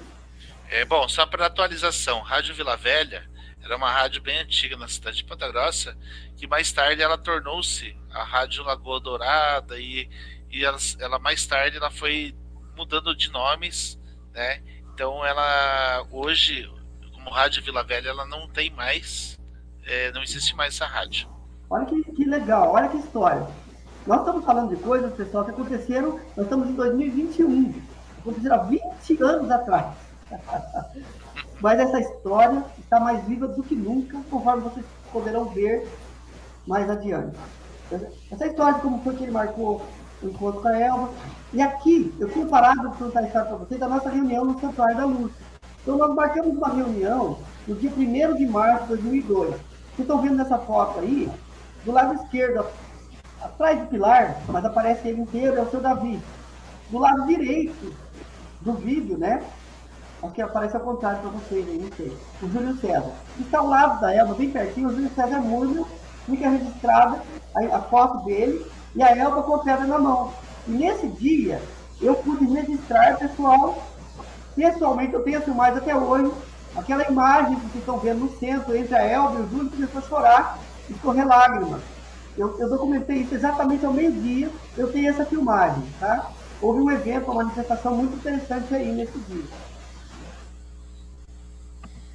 Aqui outra foto, nessa outra foto já está o seu Davi, o Júlio César, eu estou agachado ao lado da Elba e algumas amigas da Elba e uma senhora, amiga do seu Davi do lado esquerdo, que foi conosco na viagem. Então, maravilhada com todos os fatos relatados, a cantora quer saber se há alguma divulgação mais ampla e abrangente sobre os fatos a respeito da pedra de tudo feito, e o Júlio explica que no final de 99, eu, Paulo César, havia lançado esse livro. Essa história também já contei para vocês. E no dia 28 de fevereiro, eu anotei até a data. Foi no dia 28 de fevereiro de 2002 que eu recebi a ligação do Martins, e no dia 1º de março nós estávamos lá em Campinas. Agora, voltando ao padre, esse padre é amigo do seu Júlio, que em várias ocasiões o ajudaram em pesquisas com a pedra, comunica que o Vaticano estaria interessado em adquiri-la. Assim que a cantora toma conhecimento disso, faz uma proposta ao seu Júlio de ajudá-lo a construir a creche, com uma contribuição para a compra de um terreno, e que seu Júlio, por sua vez, organizasse um show beneficente com o objetivo de construir. Então, o que acontece? Quando a Elba percebe a manobra para a transferência desta pedra para o Vaticano, ela entra numa concorrência e fala, não, seu Júlio, eu pago, eu compro essa pedra do senhor. E acaba fazendo uma negociação com ele e adquiriu a pedra. Então, o que acontece? Aí acontece uma coisa muito interessante. Final de 2010, eu fui convidado para participar do Congresso Internacional de Ufologia em Curitiba. E qual o tema que eu resolvi falar? Sobre a pedra do Júlio. Só que eu me senti muito, digamos assim, mal em falar dessa história, porque eu pensei, não fui eu que tive a experiência, eu vou procurar o Júlio César. Vou pedir para ele estar comigo nessa palestra para contar a história da pedra. Mas a essas alturas do campeonato, a pedra já não estava mais com o seu Júlio. De qualquer forma, eu fui procurá-lo em Ponta Grossa. E quando cheguei na casa, ele havia se mudado de casa. A esposa dele havia falecido, e uma questão de coisas pessoais, que isso eu não vou falar aqui no grupo, ele achou por bem mudar de casa.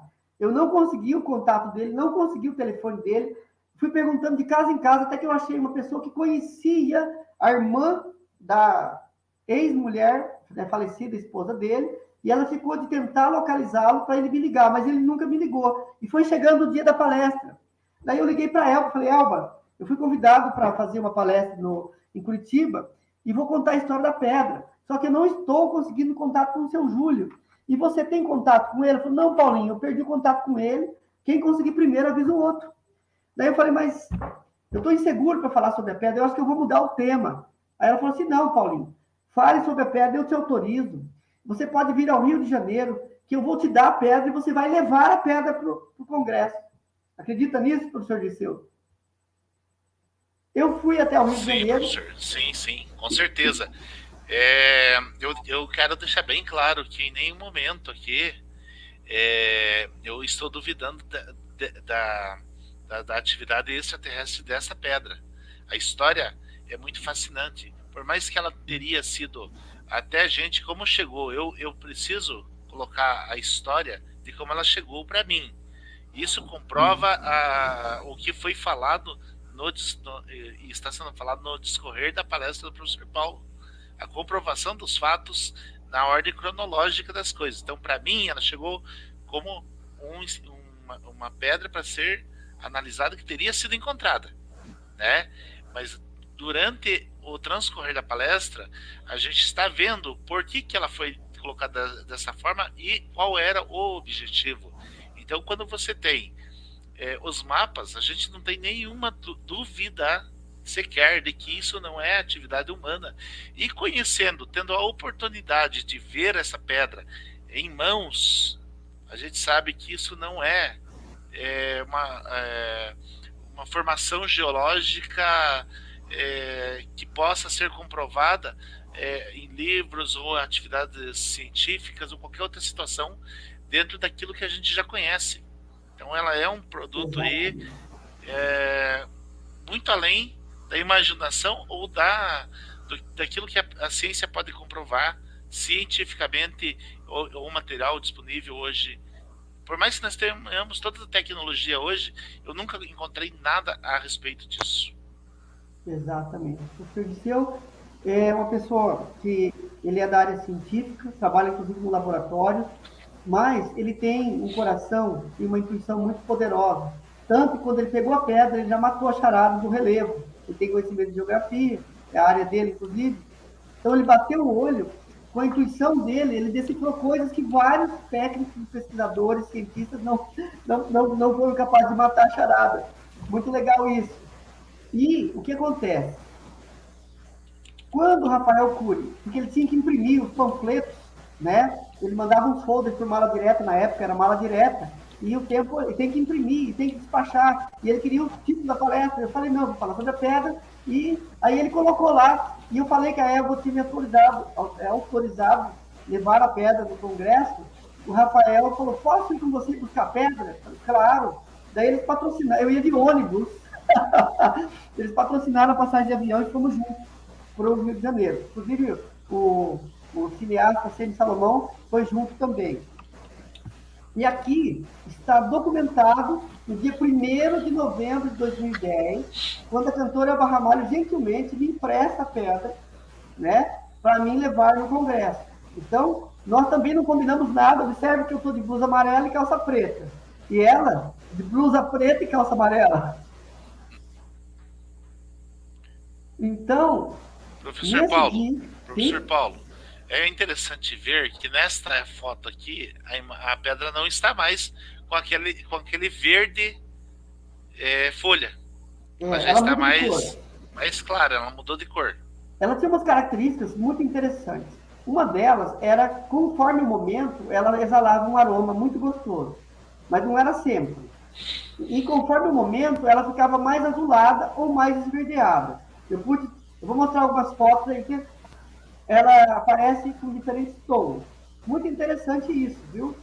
Então, a ida para o Rio de Janeiro em busca da pedra também envolve um ambicioso projeto que, na época, estava sendo orquestrado pelo Rafael Cury, e o Instituto Galileu Galilei, que era UFO, Queremos Ouvir a ONU. Então, o Rafael Cury estava criando um movimento para pressionar a ONU a revelar tudo aquilo que eles sabiam a respeito dos extraterrestres, né?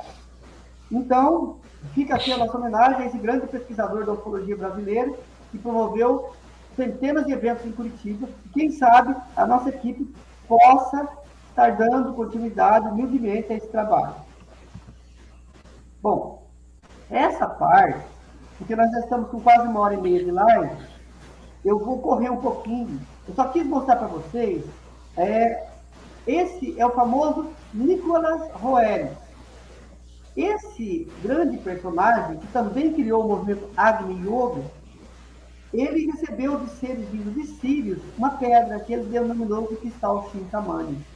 Então, eles disseram para ele na época, cada vez que um grande evento ia ser importante na Terra, eles davam uma modificação, algum acontecimento, eles davam algum objeto deles para servir como pedra fundamental e dar energia para ele criar algo que foi, pouca gente sabe, mas Nicolas Roerich foi o fundador da ONU. Na verdade, não foi a ONU, ele criou a Liga das Nações Unidas. Ele criou, conseguiu, cujo objetivo era proteger obras de arte, natureza e museus em caso de guerra. E a Liga das Nações Unidas virou a ONU. Esse senhor da foto tinha uma pedra também recebida dos extraterrestres, que depois foi transferida para Shambhala. Então, eu contaria toda essa história de como de Shambhala, os seres de Sírios e etc. estão envolvidos nessa história, mas eu vou correr um pouquinho, porque eu quero mostrar fotos da pedra para vocês. E vou falar também de uma outra pedra sagrada, pouca gente sabe, o que é a Kaaba, que é uma construção que tem em Meca, em formato cúbico, mas dentro da Kaaba tem uma pedra, também uma pedra sagrada. Eu também vou poupar vocês toda essa história da Kaaba, mas ela está orientada, essa pedra, ela era de uma cor, ela mudou de cor, ela foi enegrecendo porque ela puxa a negatividade do planeta. E aí uma foto da pedra da Kaaba, ou conhecido como Hajar al-Aswad, que é a pedra negra, que é uma pedra escura, uma das relíquias mais sagradas do Islã. Dizem que provavelmente é um meteorito, mas as origens dessa pedra mantêm-se obscuras, entre um misto de lenda e de realidade. Dizem que quem recebeu de seres angelicais foi Maomé.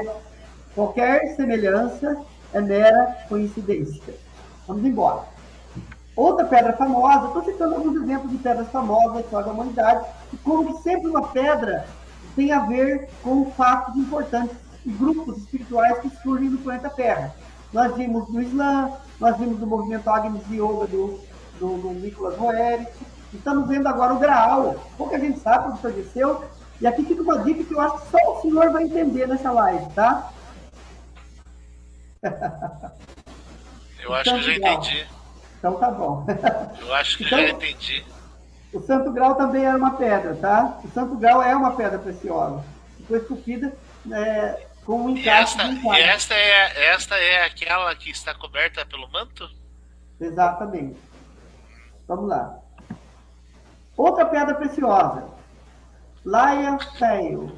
Pouca gente sabe, mas na Abadia de Westminster, na Inglaterra, isso aqui é um pouquinho de mistério para todos, né? Tem uma pedra. Dizem que é a pedra falante, e desde a história, todos os reis da Inglaterra que foram coroados, ela que nomeou.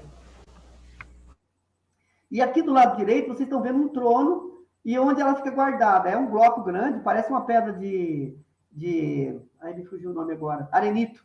Está lá. A origem de Laia Feio, no entanto, se perde na noite dos tempos, sendo objeto de veneração e orgulho nacional, tanto para os ingleses como para os escoceses, porque teve até uma guerra em torno disso aí. Sabe-se, entretanto, que o rei Eduardo I da Inglaterra, em suas conquistas, a retirou do mosteiro de Scone, levando-a para a abadia de Westminster. O trono da coroação da abadia de Westminster, em Londres, foi feito de carvalho por Eduardo I para incrustar a pedra da coroação. A partir dessa época, os escoceses nunca cessaram de lutar pela sua reconquista, pois para eles a pedra representa o que de mais sagrado existe para sua pátria ultrajada, né? Tem uma história de um profeta que levou essa pedra para a Escócia, tem toda uma história por detrás disso. Aqui tem uma foto maior da pedra lá, eu feio aí. Eu vou passar. Outra pedra que veio do espaço foi a pedra de São Martins. A pedra de São Martim. E conta a história de Alberto São Martim e como foi que ele recebeu uma pedra dos extraterrestres. Aqui está uma foto dela também, inclusive com as inscrições. Se o professor Jefferson estiver assistindo aí, ele é capaz de traduzir essa pedra. Só que no caso de Alberto São Martim, pessoal, a história foi muito triste, porque ele deixou no laboratório para análise e consumiram com a pedra dele, tá? Minuto de silêncio.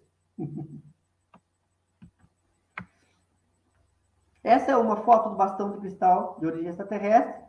É uma longa história. Uma hora a gente vai fazer uma aula aqui na Escola de Mistérios só para contar a história desse bastão. É fenomenal, né, professor? É. Opa, tô ficando sem bateria. Se eu cair, se eu for abduzido, professor, você dá uma enroladinha que eu tive um problema de bateria aqui, mas vamos... Tá. Espera aí. Pode ser que caia. Se eu cair, o senhor venta 5 minutinhos que eu volto, tá? Então, é o seguinte, ó, eu vou correr aqui, que essa história é um senhor aqui do Norte Vero, outro contatado que eu trabalhei, que teve todos os códigos geométricos dos seres de Sírio. Está em nosso poder toda essa geometria siriana. E vamos às fotos das pedras, tá? Já estou encerrando a live. Aqui, ela está numa posição que aparenta ser, tá? A América do Sul. Acho que aqui é a América do Sul, ó. Observe que tem umas manchas. Na verdade, professor, é a outra. A outra aqui, né? Isso. Volta um pouquinho. Professor, quer compartilhar? Quer pôr para carregar e coloca. Tá, eu vou tentar aqui, porque vou tirar a bateria do notebook, porque a bateria do notebook está dando para. Peraí. Vou tombar o meu. Só um minutinho. Vou ter que tombar a bateria. Vou falando. Bom, pessoal, nessa imagem que está aparecendo aqui agora, a gente pode ver bem essa estrutura aqui, né, que ela está mostrando ali. Observe bem que ela é bem em forma piramidal, né? E é muito interessante, muito bonita essa situação toda. É uma pedra maravilhosa, muito bonita. Aqui do lado a gente consegue até ver ainda que tem umas marquinhas verdes ainda, né? Professor, volta na pedra anterior. Na foto anterior. Deixa eu voltar. Peraí. Bom, pessoal, aqui, nessa pedra, eu vou falar um pouquinho dela. O professor Dirceu? Professor, volta na anterior. Sim. Aqui? Imagem anterior. Não. Desculpa, a anterior. Isso, aqui é a primeira. Aqui. Isso. Essa foto aí, ela mostra mais ou menos o mapa do Brasil. Sim. Certo? Só que ela está invertida. Ela seria na outra posição. Ela está virada. Se você virar ela, certo? Bom, aqui também mostra o mapa do Brasil, mas também mostra o continente da América do Sul também. Exatamente. A lateral aqui do lado do Brasil no oceano. Mostra o mapa do Brasil, toda a costa, Argentina, Bolívia, todo um país. Isso, exatamente. Então, observe que na região da Amazônia tem uma mancha preta. Parece bem aí a parte da floresta. Exatamente. Observe que do lado esquerdo tem outra manchas pretas que tem a ver com a Cordilheira dos Andes. Mas, isso, exatamente. Vamos continuar. nessa foto aqui, nesse ângulo, o professor disse que é da área de geologia, geografia, pode me ajudar. Aqui, você vai ver que é mais precisamente, mais o Brasil, se eu estiver enganado, você me corrija, se eu posso enganar, mas na parte superior, da onde seria a região do Amazonas, tem um H em negro. Professor, Sim. permita-me. Você colocou os slides que eu te mandei? Não deu tempo, se o senhor puder incluir, porque eu não consegui abrir meu e-mail. Eu cheguei da Então, aula. beleza. Então, nós vamos fazer o seguinte: essa imagem eu vou explicar em mais detalhes em outros slides que eu vou mostrar por aqui. Tá Pode bom. Aí passar eu, para eu, tô, frente. eu tô acabando aqui, vou passar tudo, aí o senhor mostra aquele slide da geografia Exatamente. lá. Então, essa Perfeito, imagem aqui eu vou mostrar em detalhes com o que eu tenho aqui. perfeito. Vamos lá. Então, professor Disseu, observe que na América do Sul, pegando ali a região, bom, não sei se mas ali no finalzinho da pedra, onde seria ali Rio Grande do Sul, Uruguai, observe que tem um desenho ali. Depois a gente vai estudar ele. Vamos lá. Sim, Aqui, o Paraná. Mas toda essa parte o professor Disseu vai mostrar já comparando com o mapa geopolítico do Paraná. isso. Aqui, um zoom. Observe que nesse zoom mostra como essa pedra é um fractal, as estruturas triangulares, e que até o professor Disseu estava explicando no início da live, eu falei, vamos mostrar que com a foto eles vão poder ver esses triângulos incríveis e maravilhosos. Observe que aí ela está com um brilho bem diferente já, mas puxando para o ouro, para o dourado, né? Mais um zoom, mais um zoom, ampliando cada vez mais. Observe que esses triângulos, eles estão como se fossem se encaixando um dentro do outro. Passando aqui, eu quero que vocês vejam a cidade de Ponta Grossa daqui a pouco. Aqui, várias formações, como se fosse uma cidade. Aqui, são muitas fotos. Em todos os ângulos eu tirei foto da pedra. Escala, aqui,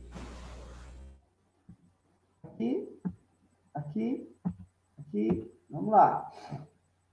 Tem detalhes. Se você se concentrar, em uma live que eu fiz, eu mostrei algumas fotos dessa pedra num outro canal, e teve uma pessoa que me ligou, que ela chegou a fazer print da tela, e cada vez que ela olhava para a imagem da pedra, ela tinha algumas experiências. Então, você que é sensitivo, que está nos assistindo, eu vou até dar um tempinho em alguma imagem, você para e concentre-se na pedra, nesse desenho.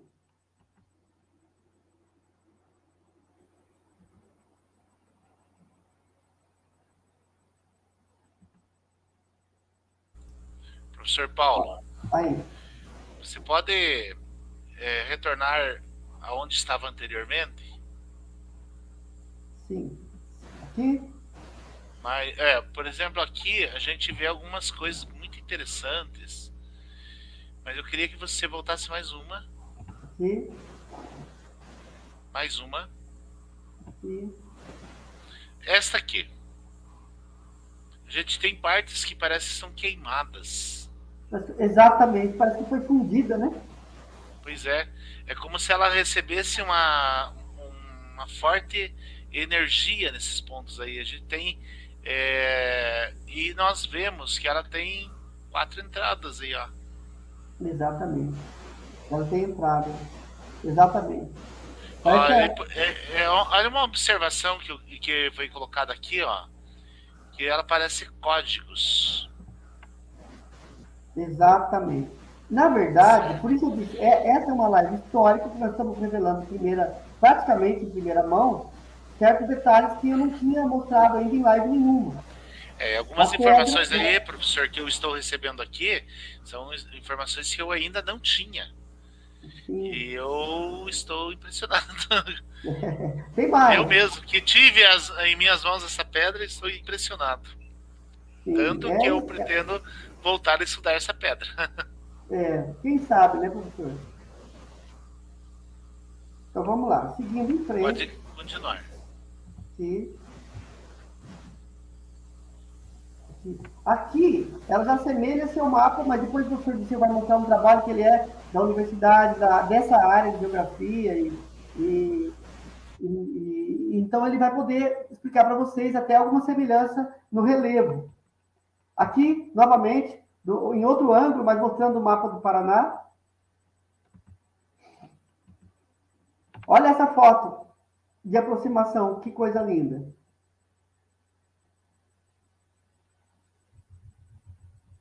Um minuto de silêncio, em homenagem a essas setinhas, porque você observa que através... É que teve um grande físico, não sei se o professor Disseu já ouviu falar dele, Nassim Haramein. Ele vem revolucionando a física, falando a respeito da geometria do vácuo, que na verdade, a geometria do vácuo é um tetraedro. Então é como se ele estivesse... Eu já meditei muito sobre essa pedra, né? Se uma civilização adiantadíssima nos deixasse uma pedra, por que eles deixaram uma safira? E com essa configuração geométrica? Poderia ser um diamante, poderia ser qualquer outro tipo de pedra, até um cristal de rocha. Mas por que essa pedra? Por que essas características, né? Aqui outro zoom. Hoje eu estou mostrando muitas fotos em ângulos diferentes.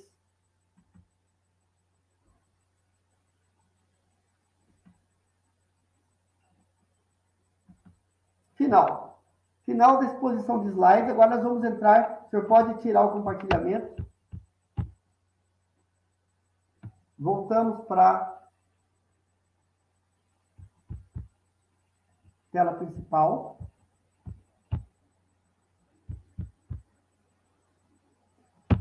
Aí, pronto. O senhor está sem som, professor Disseu. Obrigado por avisar. Bom, professor, nossa, é muito interessante essa história toda aqui, né? Ó, tem alguém aqui que publicou aqui que examinou também essa pedra aqui, ó, professor. Então, pergunta para ele, ó, GPUPG, da onde que ele é? Onde é grupos, eu acho que é do GPUPG aqui de Ponta Grossa. Então, diga para ele... Estou falando ali que é bismuto, mas não veio pelos alienígenas. A verdade é que esta era a grande visão que era para ser passada até 96, né? Uhum. Exatamente. Então, então... Nós temos os laudos dos institutos de gemologia, e não só de um, de 4. Se ele tiver algum laudo mostrando que é bismuto, a gente compara para ver qual tem mais credibilidade. Exatamente. Estamos abertos, né? Porque se ele tiver algum laudo, porque nós temos os laudos, temos as fotos, temos as filmagens e temos o parecer de várias pessoas. Se ele tiver, seria legal, porque a gente vai estar esclarecendo um grande mistério, né? Com certeza, né? Então, vamos agora às perguntas e respostas. Eu não sei se tem alguma pergunta no chat. Eu só vou mostrar aqui, professor, as comparações aí, né? Certo? Entra na internet e pega uma foto de bismuto para mostrar para ele, professor Disseu. Certo. Nós já, vamos lá. Nós vamos porque falar até papagaio fala, ainda bate palma e dança. Isso, então, verdade... ó, pessoal.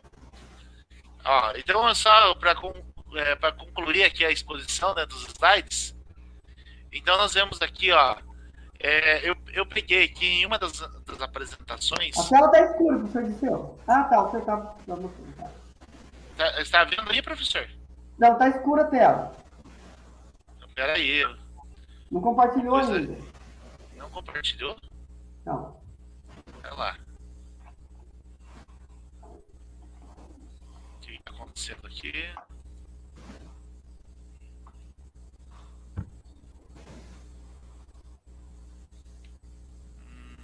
Não, mas está compartilhando a tela, não está?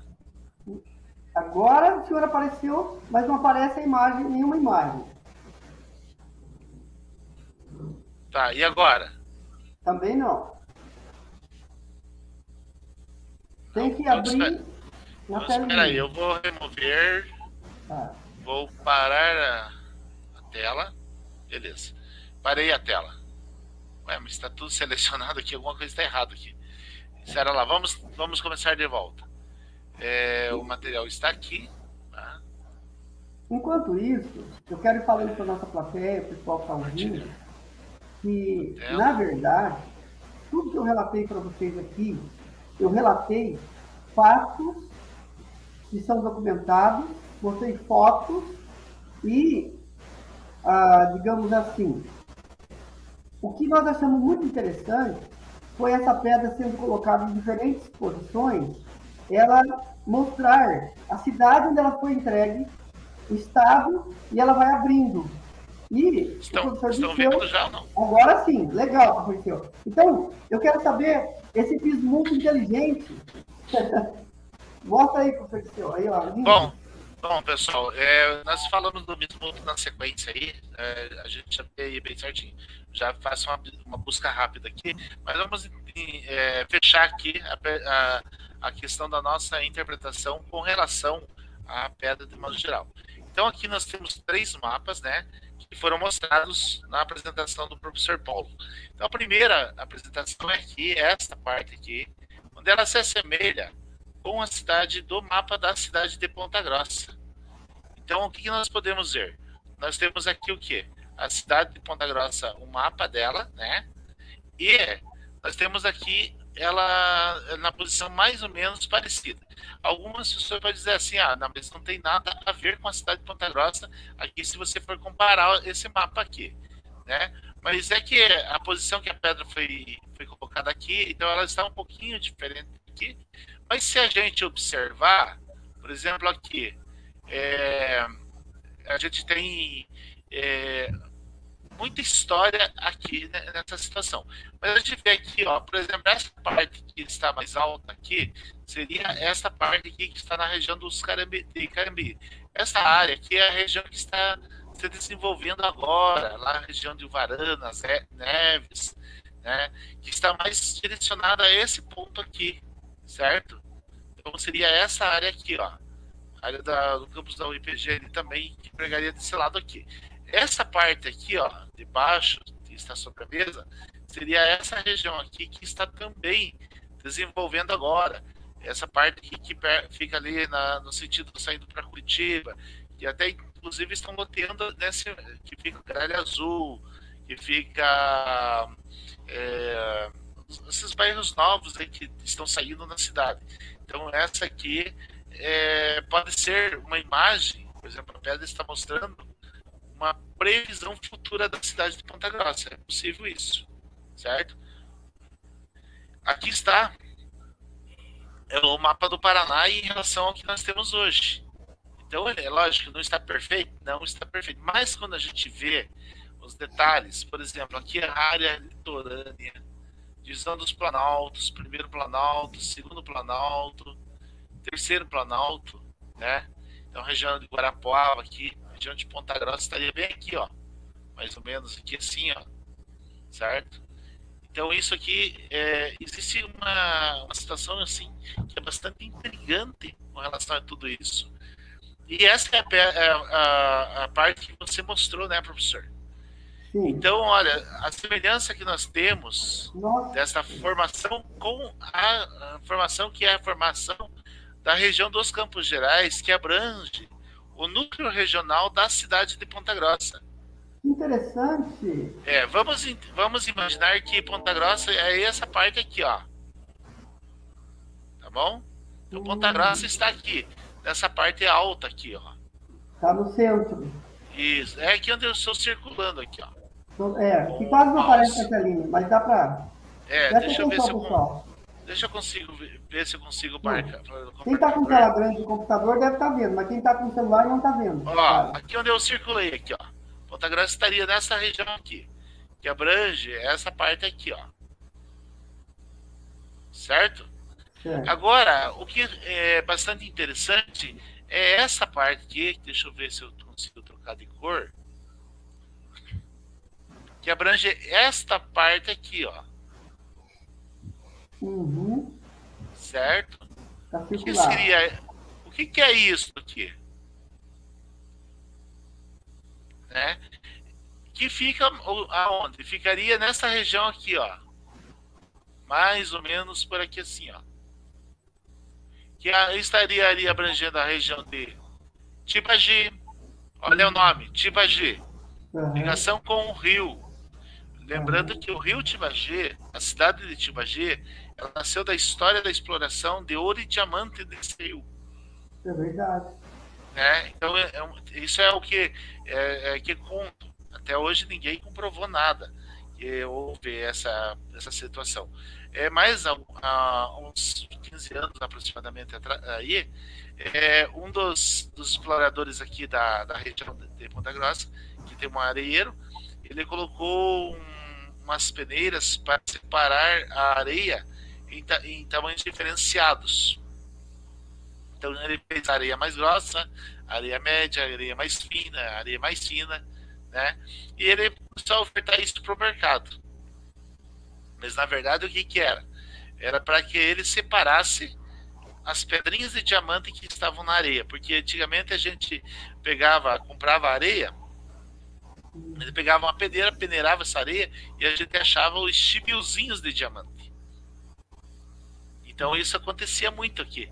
Então o chibiozinho de diamante tinha nessa areia. Então ele usava esse critério de separação granulométrica da areia para vender mais fina ou mais grossa e para poder e ele tirava o diamante. Não sei se é verdade, mas alguma pessoa falou que ele chegou a encontrar diamante de até 4 centímetros. Certo? Isso é o que eu falo, não nada comprovado, né?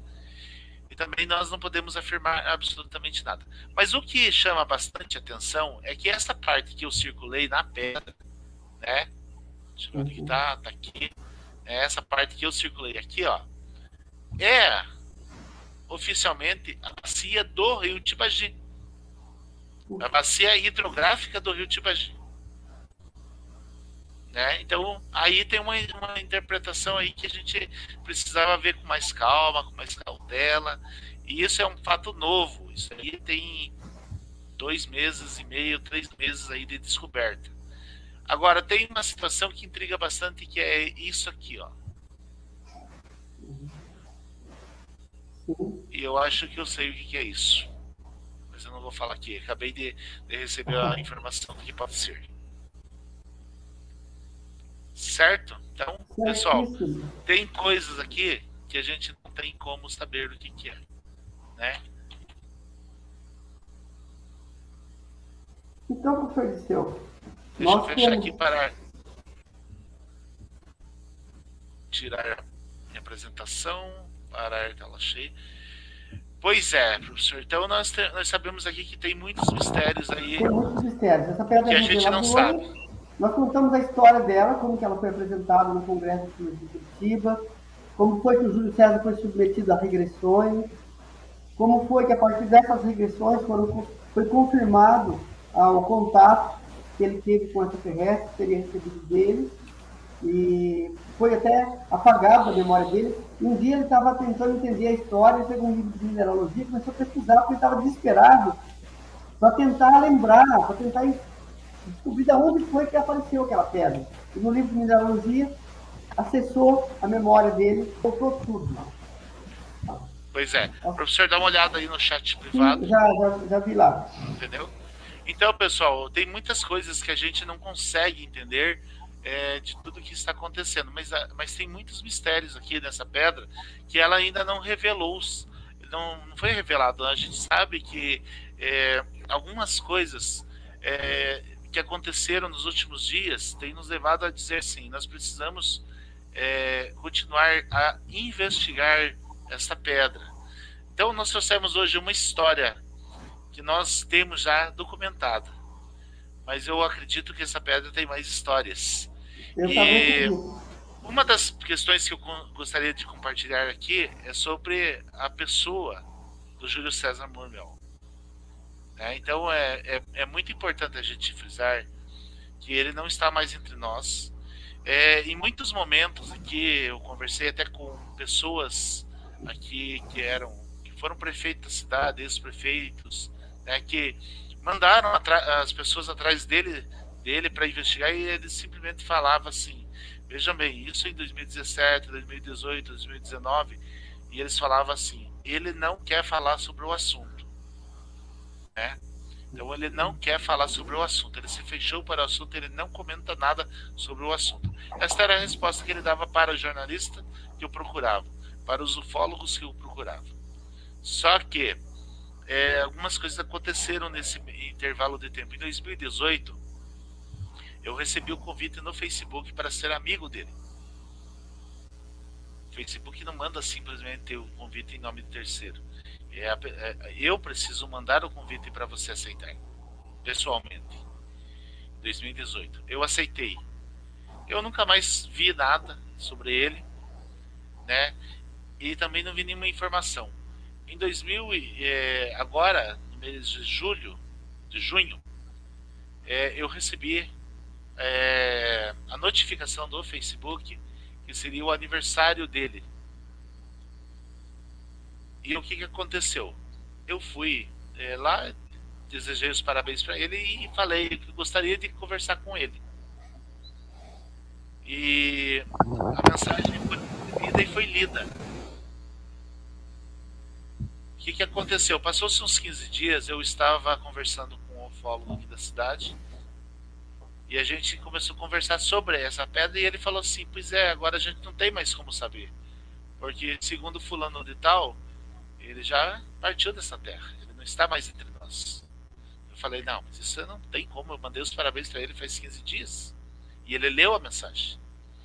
Daí ele falou assim, pois daí o que eu fiz? Eu imediatamente procurei o nome dele no serviço obituário da cidade e lá estava o nome a partida dele em 2016.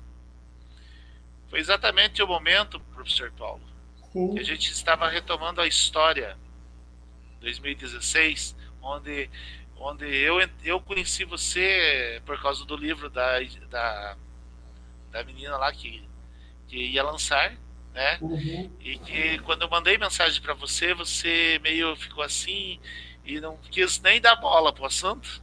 Uhum. E daí o que aconteceu? Eu comecei a colocar os detalhes da pedra para você. Não sabe o que Você aconteceu? tomou um Revelando o ar susto. do senhor, para todo mundo saber. Hoje é o dia de revelações. Né? Ao mesmo tempo que o senhor me ligou um outro ufólogo. E falou coisas de um falando pro outro. E eu falei, não vou entrar nessa briga. É possível sim que outra pessoa aqui de Ponta Grossa também estava entrando? Sim, o senhor conhece bem ele. Eu não vou falar no ar o nome dele agora, mas depois eu falo nos bastidores. Eu acho que eu sei quem que é. Que foi quem que falou de você para mim. Uhum. E aí eu entrei em contato com você, só que você não acreditou naquilo que eu estava falando. Aí quando eu comecei a falar os detalhes para você, aí eu acho que uns 2 dias depois você me retornou, inclusive mostrou uma foto da pedra e tudo mais. E aí a gente trocou algumas informações e você sumiu e eu não tive mais contato. Aí nós viemos a nos conhecer, nos encontrar novamente no ano passado, em agosto, né? Setembro.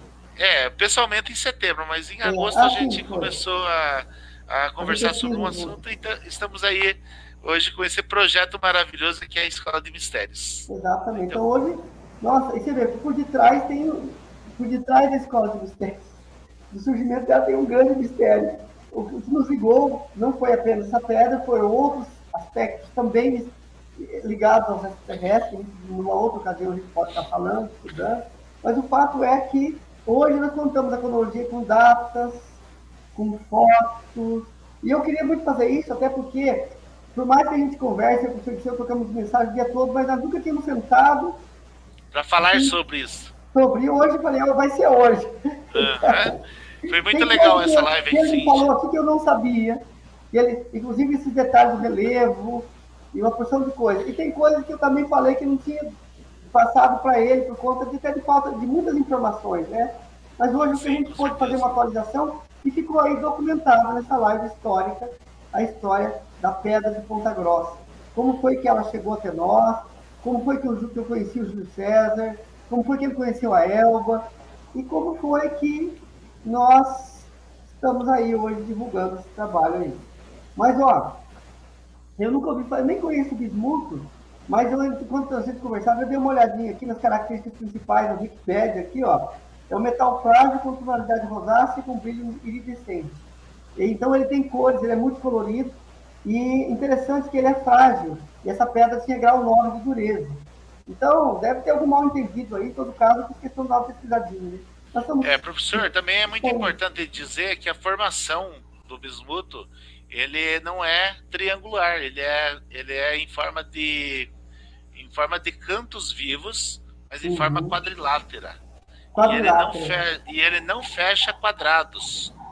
Ele é apenas em forma cristais de escadamento, e que ele não forma a forma triangular piramidal conforme a pedra faz. Então não é um bismuto, e isso dá pra gente, assim, só olhando as imagens que a gente tem de bismuto aqui, já dá pra gente descartar 100% dessa possibilidade de ser bismuto. Então, até porque o bismuto seria, ele teria outras características muito diferentes daquilo que ela mostra, né? Então isso aí é bom deixar bem claro, isso não é bismuto. Isso é certeza absoluta que não é bismuto. Eu fiz questão de dar uma olhadinha, eu não sou gemólogo, não sou da área, né? Nós estamos pesquisando, a todo momento pode surgir um fato novo, mas eu fiz questão de dar uma olhadinha que na hora, eu que não entendo da área, bati o olho nas fotos aqui, nas imagens de bismuto, já vi que não é. Mas eu creio que essa pedra, ela é uma dica de alguma tecnologia também para nós. Tecnologia física e espiritual. Tá certo. Alguma pergunta, pessoal? Fale agora ou ficarem para sempre, nós vamos encerrar. Deixa eu ver aqui. Você tem... Olha, o pessoal participou bastante aqui do chat. Esteve aí com participação no chat aí a Cecília, a Oreni, o Jefferson, a Rosângela, a Annelise, o Coriolano, que tem nos auxiliado bastante em algumas coisinhas, algumas informações que ele tem passado. Gratidão, Coriolano, você está me ajudando bastante. A Annelise. A Nana, o Jefferson novamente, o Alex. O Alex aqui, ele trouxe bastante informações aqui, né, juntamente com o Jefferson também, né? O Herman, a Lissa, a Elaine, ou seja, se eu esqueci o nome de alguém aí, nos perdoe, mas gratidão a todos vocês que participaram do chat aí, né? E essa Maria Cristina Cunha também, uma grande amiga nossa de Maringá, entrou aqui. Obrigado, Maria Cristina. Olha, estão pedindo para mostrar a pedra novamente. É que eu já fechei o PowerPoint aqui, o programa agora. Mas o que eles querem ver, professor? O que você precisa ver aqui? O que você gostaria de ver aqui? O ATA. Vou mostrar algumas fotos aqui, peraí. Coloca aí as fotos. Meu PowerPoint está aberto. Então compartilha aí já. Peraí. Deixa eu tentar compartilhar. Peraí. Rapidinho, vou mostrar mais algumas fotos então. Pessoal, enquanto isso, se tiver alguma pergunta aí, por favor, podem fazer.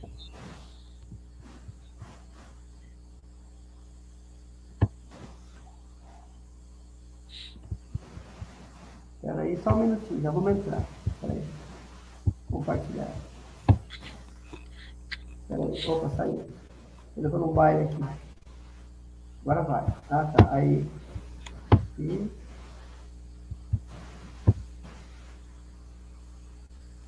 aí, já vai entrar. Então...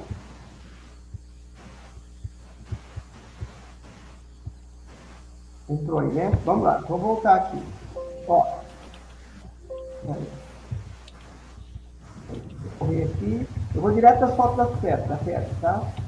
Eu vou fazer uma passadinha rápida por todas as fotos da pedra. Aqui. Começando aqui. 1, 2, 3, 4, 5, 6, 7, 8, 9, 10, 11, 12, 13, 14, 15, 16, 17, 18, 19, 20, 21, 22, 23, 24, 25, 26, 27, 28, 29, 30, 31, 32, 33, 34, 35. 35 fotos para vocês aí. Bom.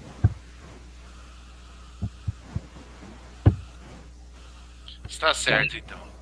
Bom, passou bem rapidinho aí, então, pessoa que pode ver aí. Na live a gente mostra bastante com mais detalhes, né, professor? Então, pessoal, não temos pergunta aqui, né?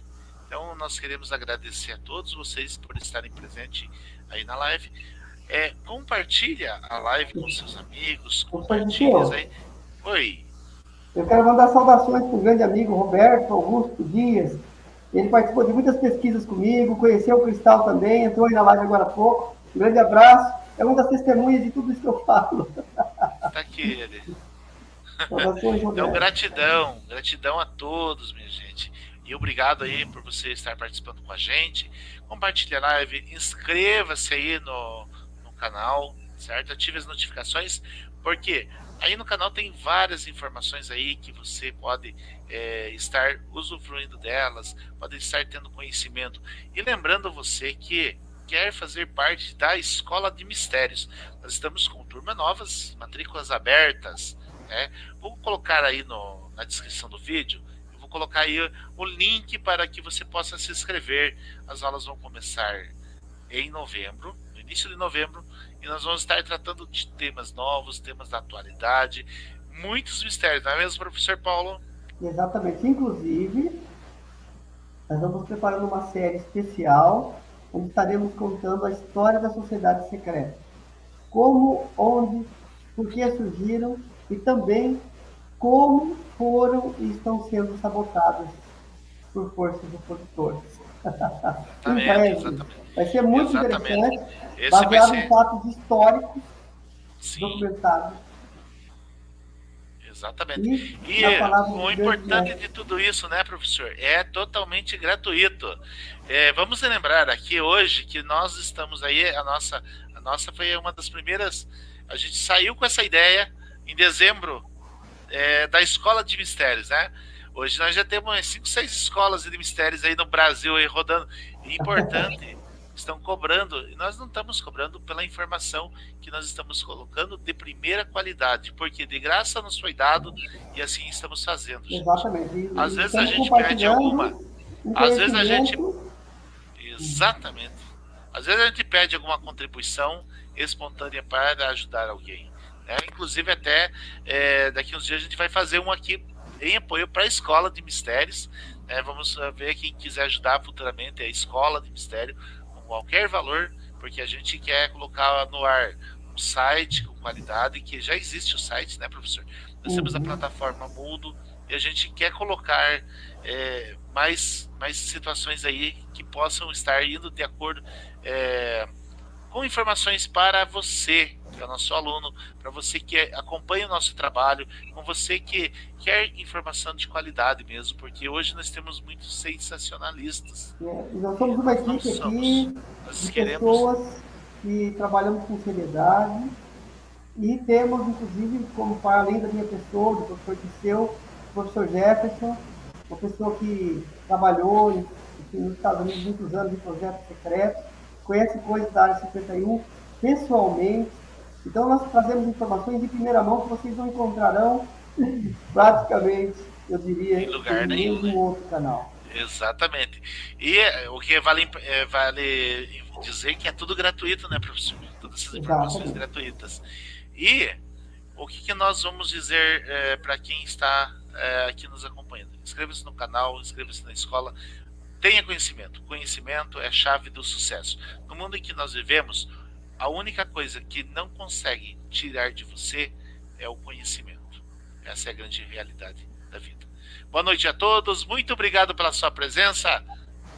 Namastê.